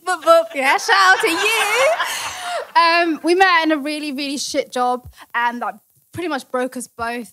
And 2019 was also a really troubling and hard year for me. I was in a job where I was essentially sort of bullied by my manager. But now I'm making like more money than I've ever made in my entire life. I'm living my best life. And go on fucking solo holidays because they're the best thing ever, yeah? Honestly, don't knock it until you try it.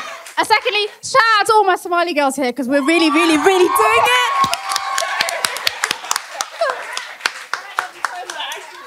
Thank you. Tanya. No, I'm not going to sit down. I tell you why. Because I went online to show my friend Shantae's dad and you took him down. Put him back up.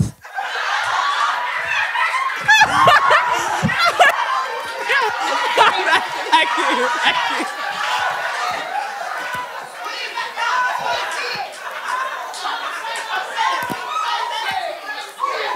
Come through.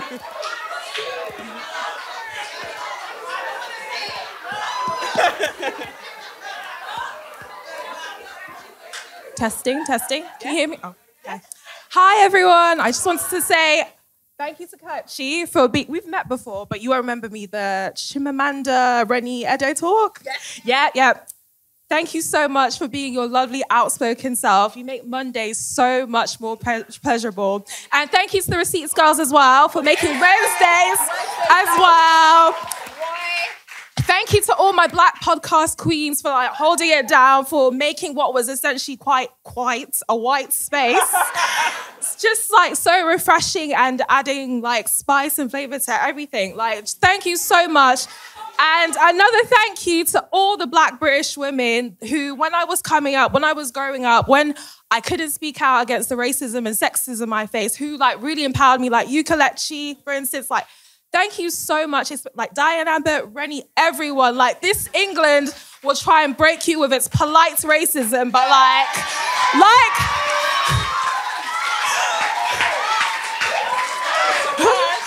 Maya Angelou said, still I rise. Everyone's rising. Thank you.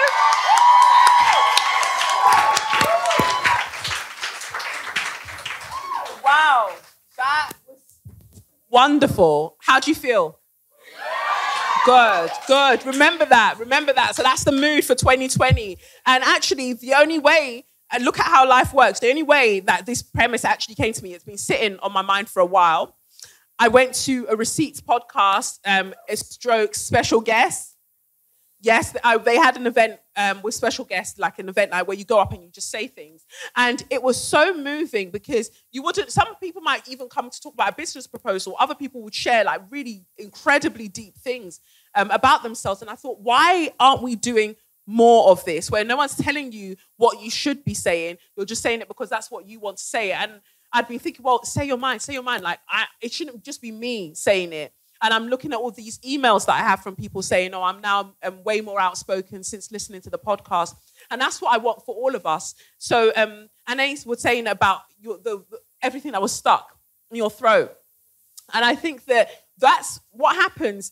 I feel like sometimes physical ailments are reflections of what's happening spiritually.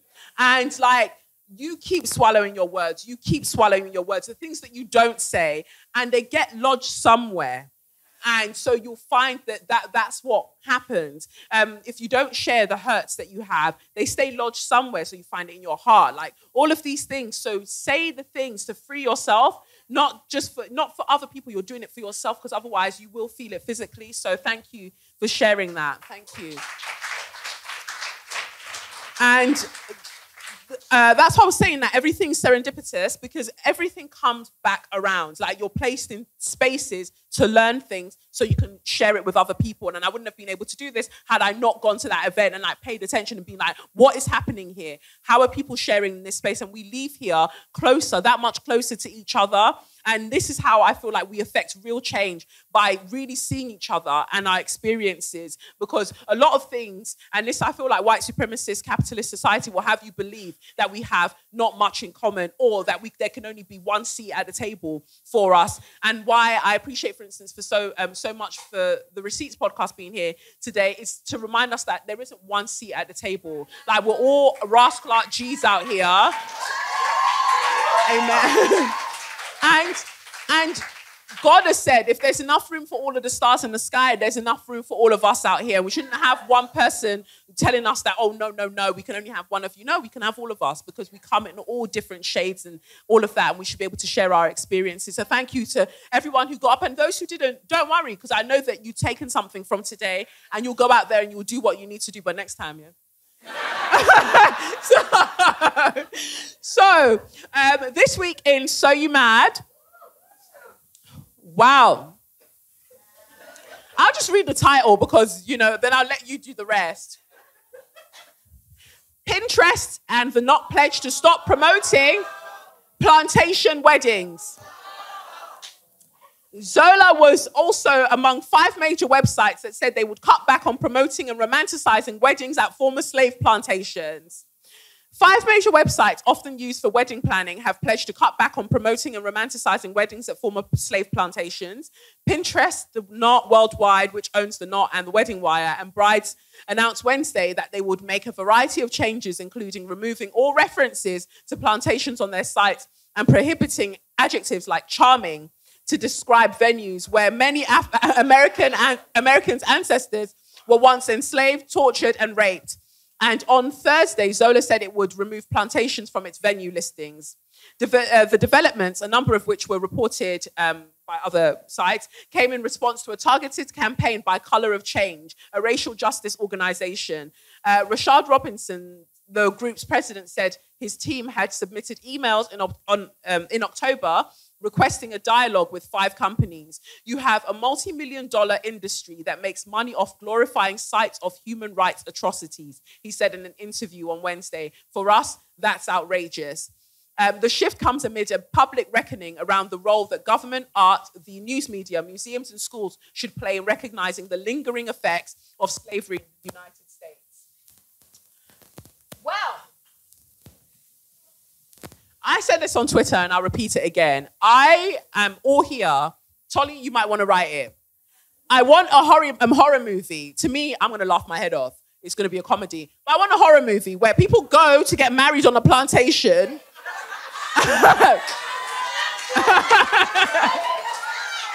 And then on the night of the wedding, ancestors just start rolling up.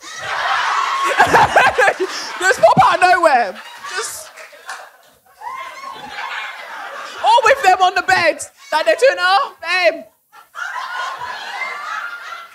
Doing nuptials and they're like, hi. So about your wedding today, how did you feel about that? Did you see the blood on the leaves? Did you see any of that? Really get them. I want them to torture them, kind of like American Horror Story. If they're going to do American Horror Story properly, they need to do something like that, because I don't know what can possess somebody to know that numerous people have died in this place. They've been tortured in this place, disrespected in this place. And you're, you know what, Chad? I think this would be a lovely place for us to get married. I just love the leaves, the trees. It's all so beautiful. No, it's not. It's not so beautiful. There's nothing beautiful about it. So I'm glad that websites are taking this seriously now, because we see it when people talk about the colonial decor.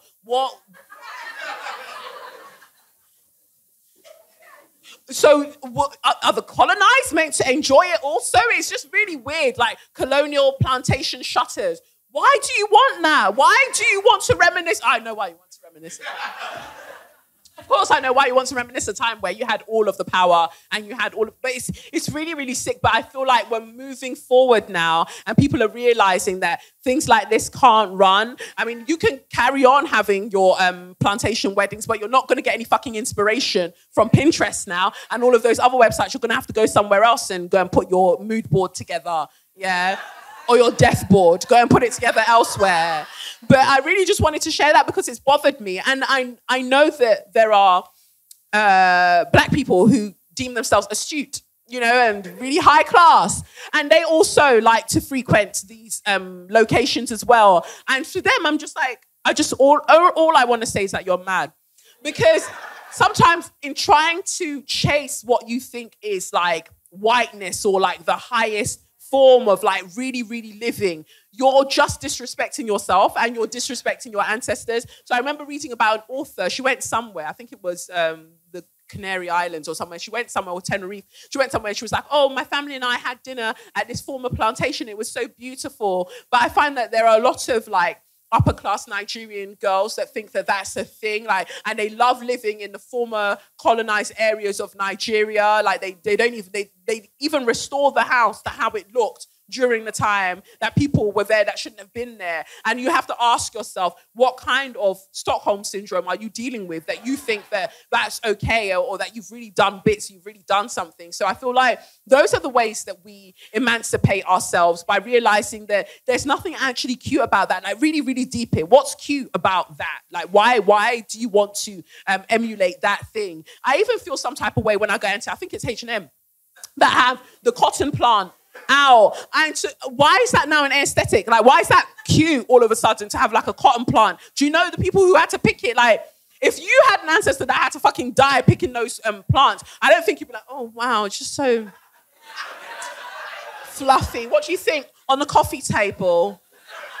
Like, nah, it's absolutely mad. So that was that. And my other So You Mad, do you know about the Oval 4?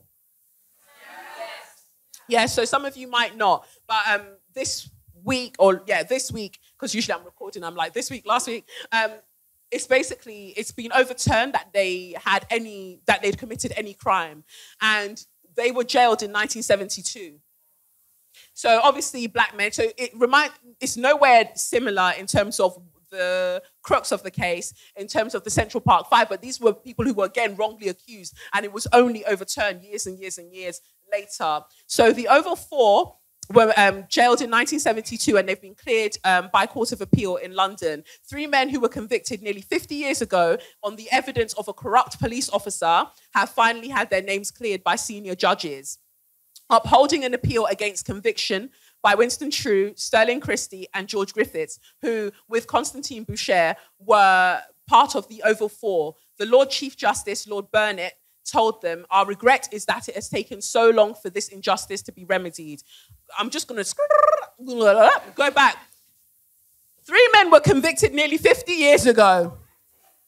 How long does it take you to overturn something that is clearly wrong? Like, it's inaccurate. It's actually wrong. They didn't do anything whatsoever. And it's taken this long for it to be remedied. It's disgusting. The men who were arrested in March 1972 by a group of undercover police officers at Oval Underground Station and accused of nicking handbags on the tube, they were beaten in the police cells and then charged with attempting to steal, theft, and assault of the police. After a 5-week Old Bailey trial at which none of the supposed theft victims appeared and the police relied on highly disputed confessions, all 4 were convicted and jailed for 2 years. The arrests occurred when mugging was a high-profile issue and routinely blamed on young black men. The defendants became known as the Oval Four, and the case became a cause célèbre, which demonstrates with demonstrations and marches in South London where the men lived. Judy Khan, for the appellants, described the case as unprecedented and told the court that Derek Ridgewell, the detective sergeant in the British Transport Police who had led the arrest, had himself been jailed after his conviction in 1978 of conspiracy to steal mailbags. So he went to jail in 1978 for stealing mailbags, but he was there accusing other people in 1972 of stealing handbags. When I tell you that people are mad, they're mad. I'm just glad that justice has been served, but he died, from what I'm reading here. He died in 1982 after serving a 7-year sentence for stealing mailbags or whatever. But I just think it's really, really interesting when we're talking about something that happened in 1972, but we're still finding it now. This is why I say, like, language has power, words have power. So when you're talking about something, when everyone throws about knife crime, yes, we know that there is something happening here, but definitely it's not being treated as like a public health issue. It's being treated like a criminal issue. Are you asking yourself why these young people would be doing this? And whoever's doing this to themselves, are we talking about PTSD? Are we talking about the fact that you've cut down funding on community projects that would allow, are you dealing with unconscious bias of the teachers that are entering into the system? We're not dealing with any of these things, but we're looking at the after effects and being like, that's the thing. But you're not looking at all the things that could have caused it. And so mugging was a really big thing. And Renier de Lodge talks about it in Why I'm No Longer Talking to White People About Race, how that term was racialized. Mugging didn't, it wasn't used to talk about white people. It was very Americanized, and it was to talk about black people in a way that it was used to talk about African Americans. And so we decided that we were going to have a fervor with it over here, which is why this America-Britain kind of lovey-lovey that they're doing with each other is a problem, because it's just about carrying over injustice from over there, repackaging it and giving it to us over here.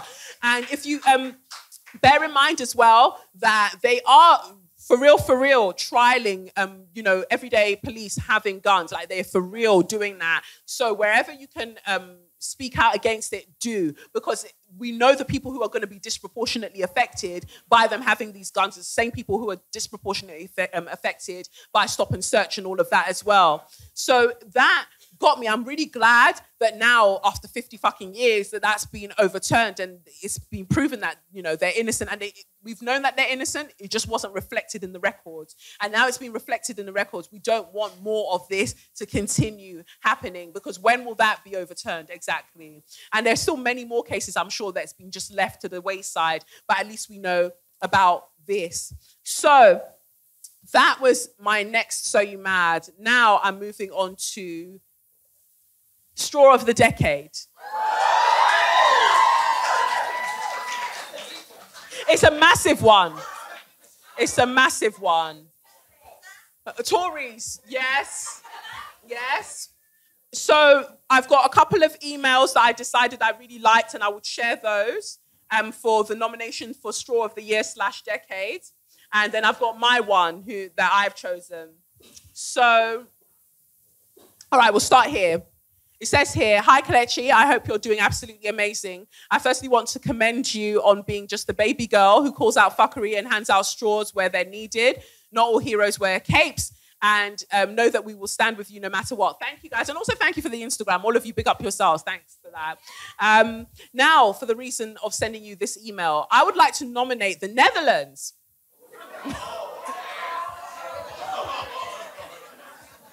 The entire Netherlands. I would like to nominate the Netherlands and their joke of a government for Straw of the Year. I'm not sure if you're aware, but the Netherlands have this tradition called Sinterklaas and Zwarte Piet, St. Nicholas and Black Pete, which is celebrated each year. It's basically Father Christmas accompanied by white people who make their faces black, put on a curly black wig with red lipstick and massive hoop earrings, and entertain the kids by doing silly stuff and acting stupid, all for laughs. I can almost hear you rolling your eyes, but no, it's not a joke. The black community have been demonstrating against this for quite some years now and are slowly making some progress. But with that, the racism and the violence against black people demonstrating has really been amped up. A few weeks ago, a group of anti-Black Pete activists were attacked while having a meeting, and we can only thank God that no one got hurt or even killed. Black people are at risk of losing their job if they speak out against Black Pete. And yesterday, a black mother was told that her 2-year-old child is no longer welcome at the daycare because of her opinion and concern about Black Pete. The fuckery is seriously out of control, and the only thing our Prime Minister had to say is, Black Pete is black, and what is black should stay black. This is not a political issue. So you can only imagine how hostile the environment is at the moment. I've included some links for you to have a look. Thank you, TM, for sending that through. Why? I mean, I don't have the desire to want to paint my face any other color. I just don't get what the desire is. But obviously, we know that it's rooted in racism and the constant mockery of blackness. And so why don't you just not wear the face paint and just be silly still? But no, because you have to... And this is another thing I want us to consider. Those of you who like to go to Amsterdam, I'm not saying any names, but you're at the back of that room.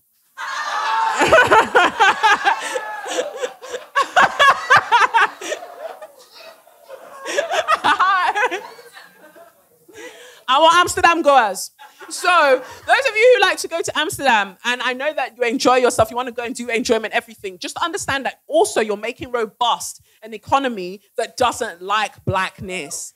So, I mean, I don't know where you go and get your marijuana after that, but what I'm just asking you to deep is that sometimes our enjoyments and our lifestyles are so inextricably linked with our very own oppression, and we have to start kind of considering how exactly do we go about still living our lives, still enjoying the things that we want to enjoy while not contributing to an economy that hates people that look like you. And they get a lot of money through this tourism thing. And we know that, you know, it's the legalization of the cannabis that you can get there, and also sex work and stuff that's been regulated, as they claim, that allows for people to go there and keep helping them with their economy. But the average people who live there aren't even respected. So what do we do now? I don't understand why it's still a tradition. And one thing I will say is that I had a meeting with Instagram when my page came down, after my page came down, and that was great. One of the things that we've been discussing are the other ways that, and the things that can be taken down offline that don't need to be there anymore. And one of the things is this blackface crap. But I guess it's probably going to take a while for things like that to manifest or for us to see it on the site. But it's just considering that the more we speak out, even if it looks like something isn't happening straight away, these corporations, organizations are taking note of the fact that we don't like it. And eventually maybe we'll see it. That, you know, reflected. And that's why I think also, like we said about the plantation thing, because people called it out and said, actually, this is fucked, you know, these websites had to do something about it. So your voice isn't meaningless. Like, also, nobody can give you a voice. You already have a voice. You're just encouraged to use it more. So use your voice and get the things changed that you want changed. Like, that's what we all need to remember. So that's, thank you, TM, for sending that in. My next nomination Here we go. It says here, hi, Kelechi. Hope you're well. Congratulations on your marriage. I just wanted to say how amazing your podcast is. It's been a soundtrack to my maternity leave, and I look forward to Mondays each week. So, my nomination for Straw of the Year / Decade is white women. Wait, let me land. Let me land. So my nomination for Straw of the Year / Decade is white women. I know this might sound strange as I am one.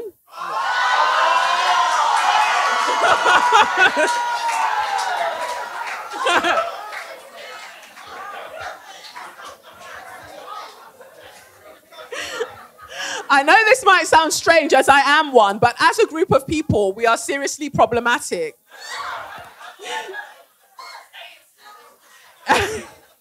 There are so many reasons why I wanted to nominate white women, but here are just a few. Number 1, mother of demons.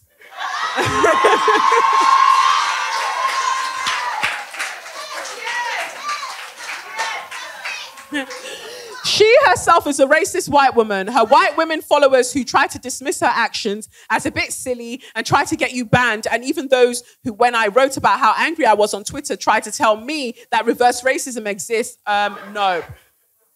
Number 2, the constant dismissal of black women's experiences. I was watching a video recently posted by @Leata May, where black women were explaining their experiences of maternity services to an audience of doulas, and one piped up to say, not all white women. This is a time to listen and stay silent. Yes, it might make you uncomfortable, but it's not your place. 3, Trump. We know that countless white women voted for him, preferring a sexist, racist man over one of their own.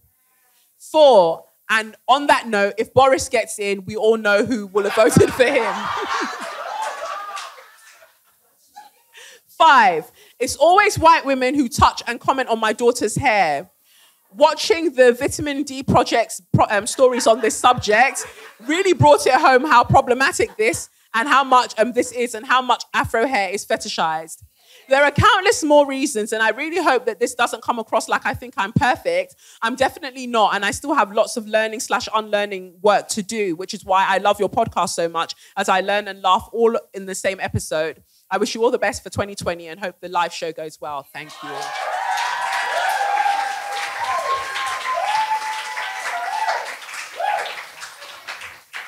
Can you see your age mates? No, that's wonderful. And it always gives me a sense of like comfort when I hear white women calling out other white women, because I feel like that should be where it's at. Like, I shouldn't be doing it for you, because all I'm going to get is backlash and defensiveness. It's on you to do that. Like, I am trying to stay alive out here. And we see what happens when you call things out, like my Instagram page getting taken down for what? For me just saying, oh, yeah, well, you know, as somebody who's had very shit experiences with midwives and just like the medical industry generally, I'm calling that out and I'm saying how it's weird that this person is an online troll and they're also a midwife. How is that, you know, grounds for being like, yeah, you know what, yeah, let's take down her page? Like, that's how much a lot of white women do not want to hear the truth. They don't want to hear it. So I feel like it's not my duty to educate them. You know, and I don't even have access to those spaces, nor do I want access to those spaces. So it's on other white women to do the work. And the reason I say that is because our experiences continue to be not heard, and we're told that our experiences aren't commercial enough to thrive. Like, I'm out here, for instance, working on my project that I want to birth and bring into the world, and I'm having white corporations that I've been shown this project going, no, we just don't think it's going to resonate with many people. But I've got a platform that tells me that it does resonate. I've got so many things that prove that people want this, and not just black women, other people want to be able to know what we are going through, because they also want to have this cohesive existence. And you're denying them that. And the only reason you can be denying them that, one, because of your discomfort, but also because you want to maintain white supremacy. That's the only way. Don't try and tell me that, oh, well, the way that she's conveyed it, I don't really understand. It's very clear. It's very clear. But you want to play dumb. You know, so I feel like that's also part of my tiredness right now, knowing that there are projects that so many of us want to put out there, and gatekeepers are like, No, we just don't think it's going to resonate. And we shouldn't have to be forced to find guerrilla tactics to get these things out. We should also have the same access that everybody else has. But we'll say, like we always say, we move, you know? My nomination for Straw of the Decade, Century, whatever, is George Zimmerman.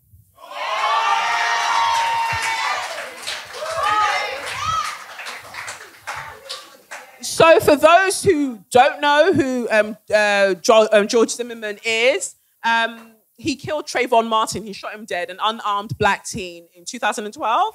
And, you know, it's just another one of those cases of, although he was some kind of botched job security, whatever he was, police brutality is because people are representing this authoritative figure and they're using it to kill young black boys, black people across the board.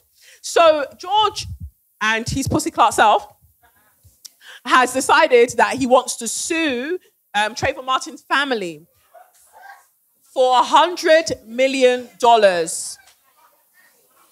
He claims that he wants this for damages because he feels like it was defamation of character when they were upset, rightly, that he killed their son.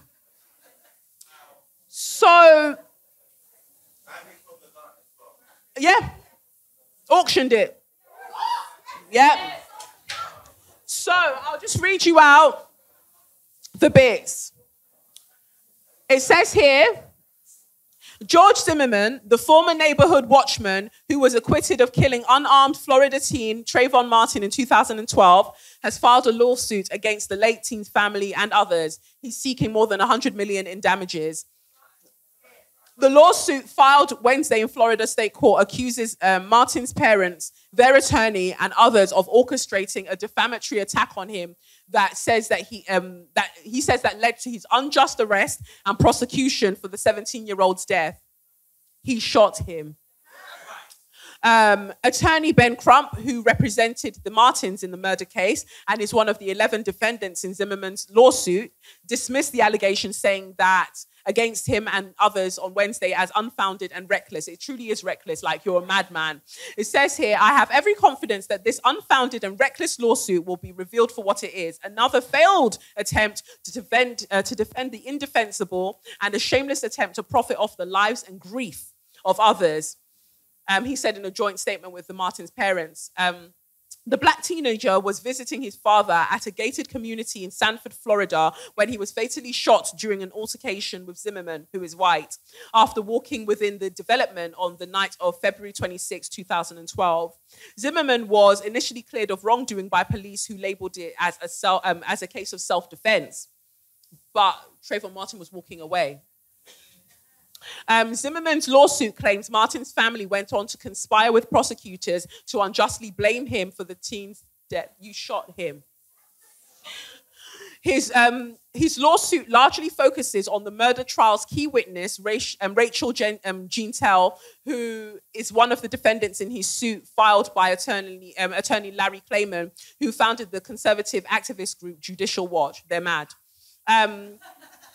Gentile was not Martin's girlfriend, but was instead an imposter and fake witness who had been coached to lie about her relationship with Martin and the call she said she had with Martin moments before he was shot, Zimmerman's suit claims. The Florida Department of Law Enforcement, the state of Florida, and HarperCollins publishers, interesting that they publish, okay, are also named as defendants in the case. HarperCollins is being sued over its publishing of a book by Crump that Klayman claims contains false, misleading, and defamatory statements about Zimmerman. Zimmerman's lawsuit states, wait for it, because there's somewhere I'm going. Zimmerman's lawsuit states that he has endured constant death threats, including an attempted shooting in 2015. And remember, I keep telling you, there's no such thing as trying. It's either you're doing or you're not doing.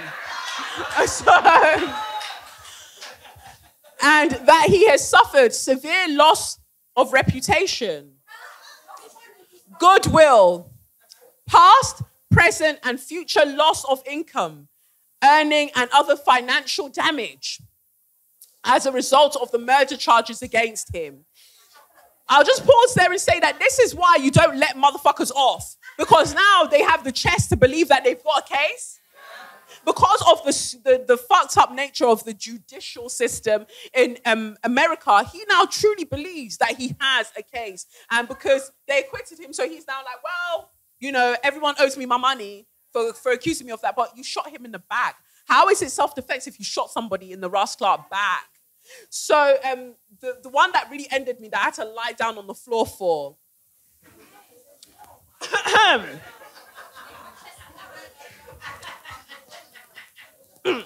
his suit also notes his inability to date, with him with him having been kicked off several dating websites.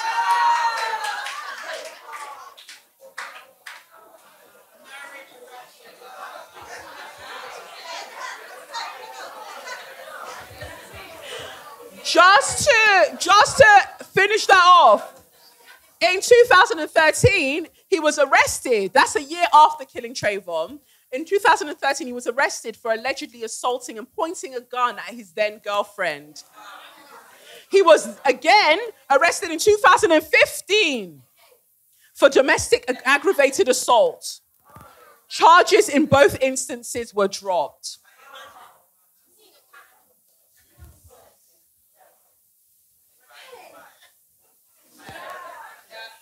You know when you just do equation, but it's not adding up. What does he have to do? What does this guy have to do for you to just bury him under the jail? Like, what more does he have to do? He has to kill a white man. He has to kill a white man because he's out here pointing guns at his white girlfriends and nothing's happening. He's brucking them up left, right, center. Nothing's happening. He has to kill a fellow white man for them to take him seriously. I just want, as our collective energies are here, that George Zimmerman will not see anything good in 2020. Because the family are suffering enough. Like, they have lost their they are suffering enough, and they don't feel like justice is even being served. And you have the fucking effrontery, you have the fucking temerity, you have the fucking goal to now say to them, oh, actually, and by the way, I want $100 million. Who do you think you are? The guy from The Spy Who Shagged Me? I don't understand, like, who is that? I want $50 million. Like, that's what it reminds me of. I just... It breaks my heart. It breaks my heart because this is how, like, Black lives are just not respected, not valued. For someone to do something like that, like, so you have to have a specific level of evil to be like, I haven't done enough. I'm going to go back and torment them some more. Maybe people don't want to date you because you're a dickhead. Maybe your profile picture doesn't bang. Like... Because I doubt that he's using his full name on the site. You're not using, like, George Zimmerman on the site. No, he's probably using something like GZ, baby, never baby boy, God forbid. But he's probably using something on the site, and they just look at his picture and they just swipe like, you're not cute. Your edges are uneven. You know, like, you look dusty. So they might just not want to date you. Why have you now made that my problem? Why is it now my problem that nobody wants you? Yeah? So he's basically what is an incel. Is that what they call them? Involuntary celibate. Yeah, well, that... So for me, like, there are so many people I could have chosen, but for me, that is my straw of the decade, because that is peak white male privilege. Like, that is peak white supremacy at work, where you can end somebody's life unjustly. There's no just way to end somebody's life, but you can do that to someone. You can take a young boy's life, you can take it and still come back and be like, you still feel entitled to more on top of that. Like, what? Like, it's really, really disgusting. Even, you know, obviously Amber Geiger could have been there as well. That she was now doing her tears, and then Botham Jean's brother, that was just like, I forgive you. I want you to. Somebody mentioned earlier about, like, not needing to be likable. We also don't need to forgive if we don't want to. Do it.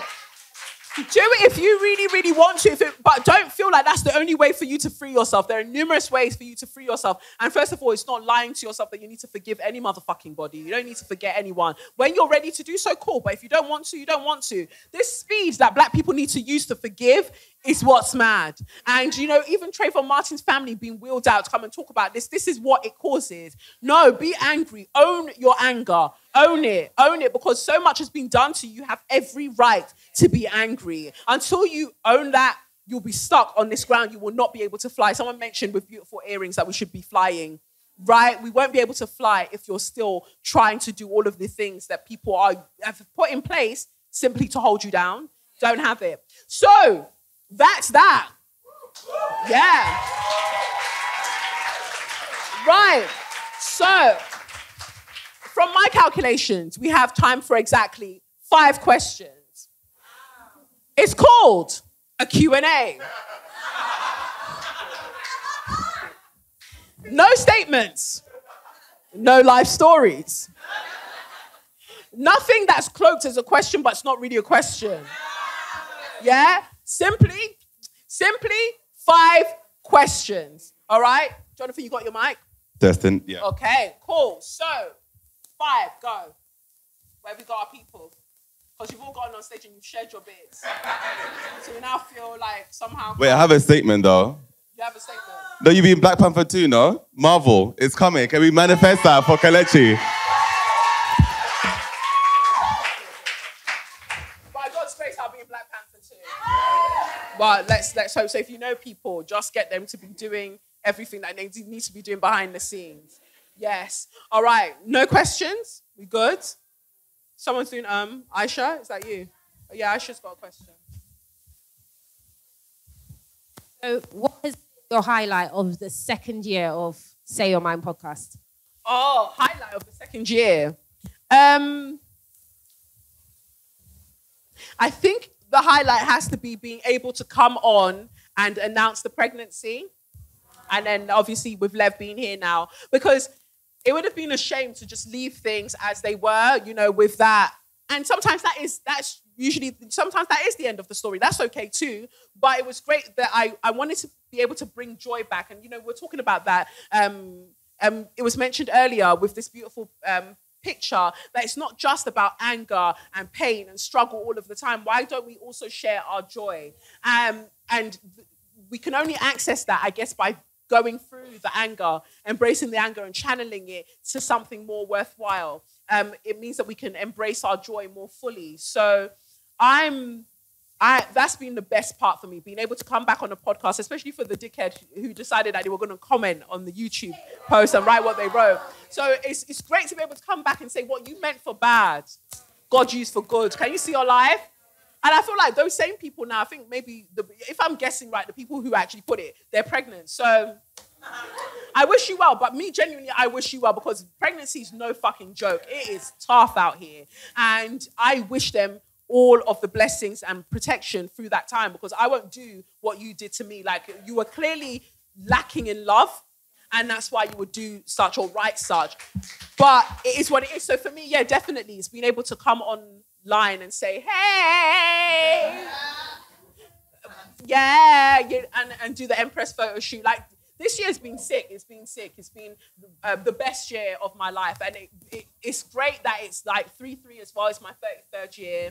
And like, just amazing blessings. And Lev being the biggest one. And I feel like you have to be protective of your blessings. So I know, for instance, that the woman who like did the photos and stuff, she's not too happy, Rottish. She's not too happy about the fact that, you know, I didn't want her to put the pictures up like she wanted to promote herself. Not with my child's face, you know. And you've got plenty of other faces that you can use, but I need to protect my peace. And when you've got dickheads online who are like, oh, she should focus on Polish baby. If I rock your fucking jaw now, that's it. If I now make your jaw go, what will now happen?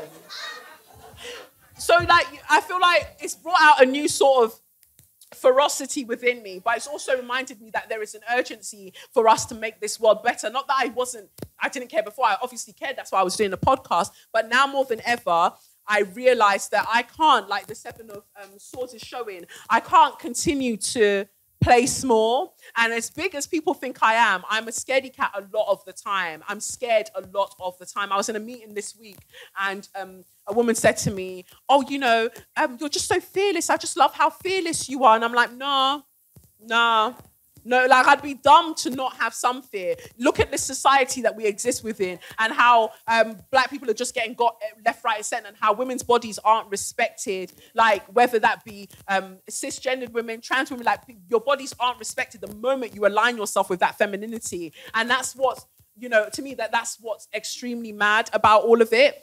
And it's so important to me now that I have to be a lot, show up in the world as more of myself, regardless of what that looks like. And she said, oh yeah, you know, you're so fearless, you're so fearless. No, I'm not. I remember, and this is why I love tarot so much, and this is why I love God so much, and I'm always trying to reconcile my Christianity with tarot, because I'm always reminded that I'm inherently divine. And as we all are, we're all a spark of God's flame. Every single person here, you're here for a reason, whether you're working at the bar, wherever, like everyone was placed here for a reason tonight, right?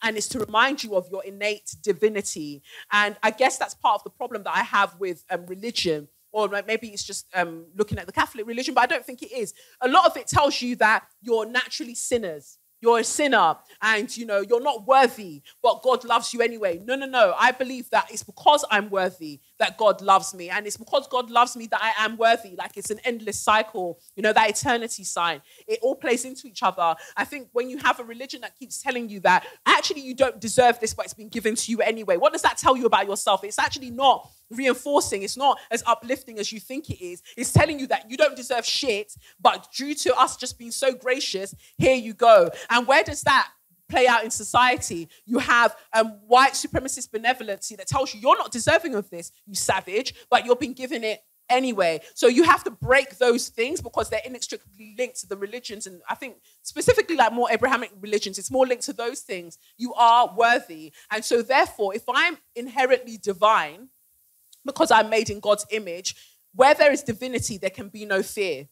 Yeah, they don't exist. When God was creating the world in 7 days, a Paz, didn't go, oh my God, I'm so scared. Like, what if, don't know why God's Cockney.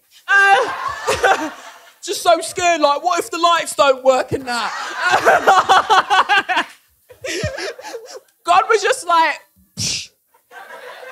And it just happened. Like, you can't be scared with the same surety that that the universe had when you were manifested. Like, and it's the same surety that the universe had when the stars came out and everything came out and everything came into play. Like, you are just as sure as all of those things. So there's no reason to fear when you are just as sure as everything that already exists. So, like, I don't have to be fearless. I can be fear aware, but I'm still divine regardless, and as we all are. Okay. Just because you're such a positive influence to all of our lives, how do you get through dark moments? I vent a lot. But the person I vent to, you know, sometimes I'll voice note, my good sis, hold on over here. I'll be like, so this bitch.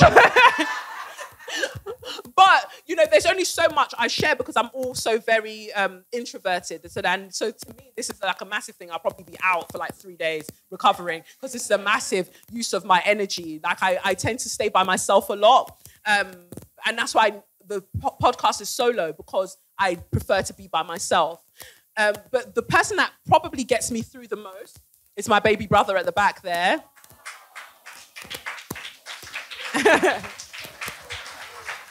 Like, there's a 9-year age gap between us, but he is, like, honestly the highlight of my life. Before Lev came along, that was, like, the absolute sauce. You're still the highlight. He's honestly the highlight of my life. Like, and obviously, I love my immediate younger brother as well. But there's just a certain kind of, like, union that he and I have, and I've been able to share like my absolute lowest moments with him, and he's always just holding space for me. And I see that the man he is becoming, and you know, that he's growing into, and it makes me so proud that if my vulnerability has done anything, it's put somebody in the world who is caring and who is just incredible. So, yourself. So, like, he's the one that gets all of my eccentricities. He gets all of my, like, irrational things. Like, I'll send him a screenshot and something. I'm like, I'm about to go mad. And he's like, no. This is what I think is, you know. And we'll talk about it. And he's honestly, like, the funniest person I know. But apart from him, then I have my therapist, who I go to. Emma, big up yourself, Emma. She's not here, but, you know, Emma, wherever she is. And I've recommended her. You can find her on ineedtherapy.co.uk. She has been amazing because she isn't one of those therapists who just sit back and just let you talk. Like, that works too, cool. But Emma will challenge me because she knows that I'm capable of critical thinking and pushing me to really consider things. That's not to say she denies my experiences or anything like that, but she will say, I invite you to consider this perspective. What do you think about this? And I really, really appreciate that. And she, you know, like, I'm a personal trainer and I've had people come to me during their pregnancies to get fit for their pregnancy and the birth. She was my sort of emotional, spiritual, mental personal trainer to prepare me for birth, because as somebody who's been through or was sexually abused as a child and things, people don't consider how sexual birthing is, vaginal birthing. They don't consider that, especially if that's previously been a site of trauma. Everyone wants to talk to you about the myth of mother, that it's just so goddess-like and just push this baby out. But if you are someone that's been through trauma, going through that process can cause you a lot more trauma.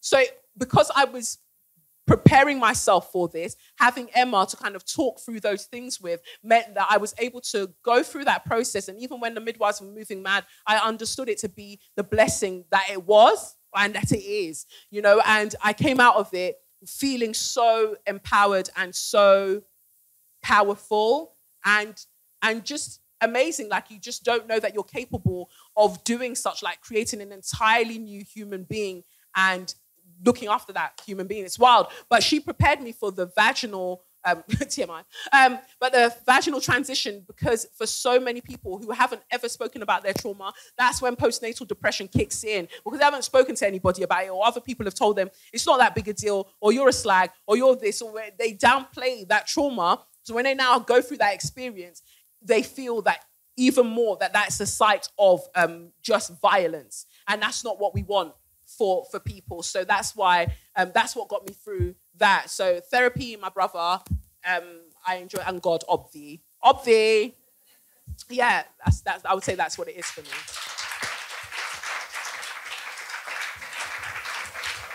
Oh, there, Lisa. Congratulations, Lisa. Thank you. Lisa's a sick pole dancer as well, FYI. She's great. Obviously. She's not polling right now, but yeah. So it really struck me, you know, when I was looking at the numbers, like being pregnant and stuff, and realizing that your risks of like stillbirth or like various complications go up twice if you're Black. And, you know, if like you're almost 5 times. Twice. 5 times. 5 times. You're saying stillbirth? Yeah. Yeah, go on. Like, why is that? I mean, it's nobody could answer. I asked the midwives and they were like, oh, we don't know, it's just the statistics. Like, it's crazy. It's a lot. Like, what is the reason? I don't know if you've looked into this, but... There are many reasons. So when you're talking about stillbirth specifically, yeah, I think that, again, it's racialized. You know, we can't talk about the medical or the healthcare industry without talking about racism. Yeah, because, and I was writing about this recently, which is why it's interesting to me that people believe that people don't want to read things like this, because I break it down very, very clearly. If we're looking at where science began, and we're looking at eugenics, and we're looking at all of these things, yeah? And so we had the first book that introduced us to the idea that of Blackness. I think it was System Naturae or whatever, that basically said that white people are this and they're wonderful, and Black people are this. And those words were given to us, Black, white, and another book followed after that. These were the esteemed scientists of the time. And, you know, then some of them were doing craniology and things like that. And we're like, oh, well, look, just because of the size of your head as a Black person, you're less intelligent than this person, or the shape of your skull and things like that. So that then becomes the foundation of medicine and the healthcare industry as we know it. Speculums, things like that people use casually day to day, Who were they tested on first to even see that they would work? Black women's bodies, and enslaved black women. So they would do this and they'll try it out on them. So some of the medical advances that we have, we would not have had if they're not being tested out on black bodies first. And that just goes to show you how the very abusive dynamic that blackness or black bodies have with science and medicine. So when you say, why are there twice as likely to be stillbirths with black children or black babies, it's because we're viewed as science experiments all of the time. I know that, women generally throughout pregnancy aren't believed and, birthing people aren't believed throughout the whole process and things like that. But specifically black women, black birthing people, that's where the problem lies, because you've been conditioned to believe that we're experiments. You've been conditioned to believe that whenever we talk about our pain, we're lying about it. Now, they can handle more pain than they're claiming, and so things like that continue. So when they say to you, I haven't felt the baby kick, or I haven't felt this, I haven't felt that, no one's listening. No one's listening because black women's bodies just don't seem to matter. But I think that through reports that are coming out and through people speaking about it more and more, I hope that things like that change, because we all deserve to have safe pregnancies. It's the scariest fucking time it humbled me. I thought I was a strong motherfucker. Then I experienced pregnancy. I was like, rah, mad thing. And even now when I think about the whole birth, I can't believe I made it through that, because the level of pain is mad. But somehow you process it and you're just like, I can do this. And you're feeling it, but you get through it. But to experience that level that you've probably never experienced before and come through it, you're like, I'm a G. But it would have been great to have the medical professionals who were also there encourage me in that way. But I know that it comes back to the same reason that we've got those stats, that my body isn't respected. And some black midwives and nurses and doctors have also internalized this about black bodies too. And they believe it to be true. So they perpetuate it. And yeah, it's sad, but I think at the helm of it is racism, honestly. Oh, that was 3. 4. All right, we're getting there. Go on. So you've obviously taught us a lot, but equally you've probably learned a lot. Yes. So what would be your biggest takeaways of the decade, or life lesson, or a surprising sort of important thing that you've learned throughout this journey, offline and online? Offline and online. You are enough. I think that's the lesson that has been my biggest lesson of the decade. You don't realize, I think, because when people come across as like funny, confident, or whatever, like you think that, they're just fine, they're just great. But I have a strong thing of not thinking that I'm enough, like I'm not doing enough, I'm not being enough. I'm, constantly chasing. I don't know whether it's our households or whatever we grew up in, or just this society generally. But it's taken therapy to remind me that I am enough. And I constantly have to keep reminding myself. And where that plays a major role is asking for money. That is where, like, honestly, there are other things that I can probably be like, but when it comes to money, I'm fucking shit at demanding, not even asking, demanding for what I know I'm worth. Somebody will ask me, make an inquiry like, I want to book this, I want to book you for this, and I'm just like, but what if I put that price? They're going to think it's too much, and put the price. Put it down, and that's probably not even what you're worth, but you're just putting down something anyway. Just put something down. And I just said it as a throwaway comment in therapy one time that, I just don't tend to like ask for the amount that I know that I deserve, because this society, they'll always knock it down and blah, blah, blah. And Emma just badgered me the entire session. But why do you think that? Why don't you think? And when we broke it down, when we got to the real bottom of it, it's that I don't think that I'm enough for that thing that I'm asking for. And it's like we said in the tarot today, like, you're out here wanting all of these massive blessings, but until you believe that you are worthy of those blessings, you're going to struggle to embrace them, because they're there. The blessings are actually already here. God doesn't take the piss like that, like, I'll let you wait 5 years for your blessings. No, the blessing's already here, but you have to be the person that can take it.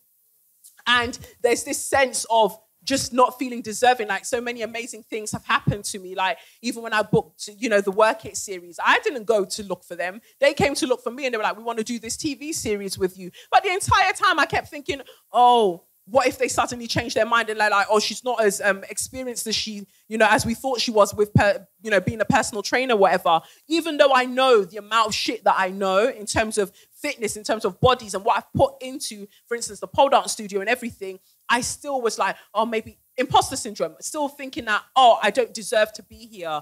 So that's been my biggest lesson, that whenever things feel tough, just remembering that I'm enough. And sometimes when family members do things, when loved ones do things, not taking it personally, thinking, oh, well, they've done that because I'm not enough. No, they've done that because that's what they fucking decided to do. Whatever they've done to themselves or they're doing to other people or they've even done to you, they've done that because of who they are, not because of who I am. Yeah, so, yeah, I definitely think that message of the decade is that I am enough, we are enough, and we should go into the world remembering that. Last one.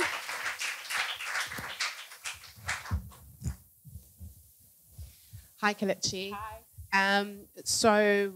When I was up there, I was talking about not giving any fucks and telling you like how I feel. Mm-hmm. How do you do that in a professional manner? Because my background is in education and I can't tell everybody to fuck off. Yeah. So how have you ever walked away or have you ever told anyone to fuck off to their face knowing that your job was on the line? And did you have anything else secured so that you didn't fuck up your bag? There's only so much that you can have at the end of the day. And I feel like this is why it's important to have these spaces, because realistically, the people we are in this society, there is only so much that we can say out loud, and we have to be very smart about how we navigate ourselves, because at the end of the day, we still got bills to pay, and there's certain governments that even want to, go down even harder or come down even harder on those things that we've already got going on. So you have to just play it smart. But the best fuck you that I love with all of my heart, I'm sorry you feel that way.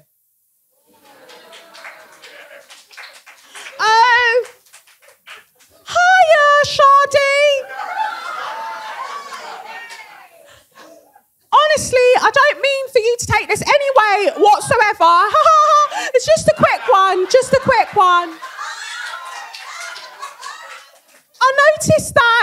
I noticed that I asked you to send this to me on Friday by the end of play, and it's now Monday, 10 a.m, and I still haven't received it. Honestly, I don't mind. Just wanted to check when I'm likely to get that. Hi, Sally. Unfortunately, I had other deadlines to meet, and those had to take priority on this occasion. I'll be sure to get that to you as soon as possible. Best, Kelechi, a.k.a. Sade. Hi, Shadi. Not a problem at all. Don't mind when you decide to get it to me. Don't mind, it's perfectly fine, but I am a bit disappointed that I hadn't received it sooner. Hi, Sally. I'm really sorry you feel that way. Best, Kelechi, a.k.a. Sade.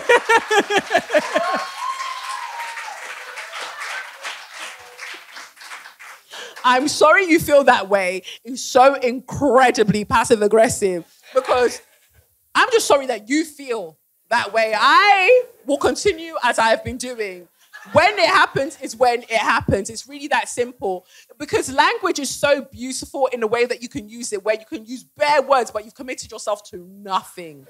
That is the energy that you should be going for. Just commit yourself to nothing. Bare pleasantries, because then if they have sense, they'll clock what you've just done there. And they won't push it, because British people like to be too polite. They're not going to push you any further. What you said is what you said, and you said nothing.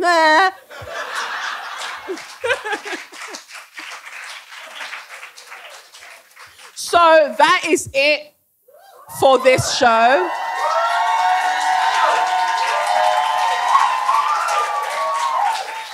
Thank you all so much for being here. I appreciate you so much. I don't think you understand what it means to me. I know that this podcast, as I've been told by the corporations, is very niche, as it has. But so it means the world to me that you see me, that you hear me, that you tune in and you're always showing me support. That the fact that whatever you could have done today, you decided to be here to share your time, your voice, your heart with me. I wish you every success in 2020. Whatever it is that you're fearing, remember that you are divine and you will manifest, you will create all of those things. They're already in existence, but you will draw them to you at the time that is most aligned to you. Just remember that things come to you when you're most aligned to receive them. So are you in alignment to receive the blessings that you have asked for? Always bear that in mind, that nothing should come before its time. I do not serve a God that will give me things before it's time, like before it's ripe. Yeah, you'll get it when you're most aligned to it. And that's what I wish for every single one of you. Thank you so, so much for coming. So, for one final time, well, you'll have another podcast, but for this show, I have been Kelechi Okafor, and this has been SYM, officially known as Say Your Mind, unofficially known as what? Say Your Mind! Yeah!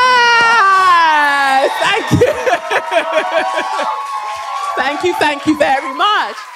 It's the Benz Brunani womanist, baby boys, baby girls, you need to hear this. You sit down, receive this realness. Make sure your cup's ready for the tea, we are go sip it, yo. Hard time scrolling for your long shorts. You might learn something you never know. Kelechi fine, and she's one of a kind. Don't say your mind, say your mind.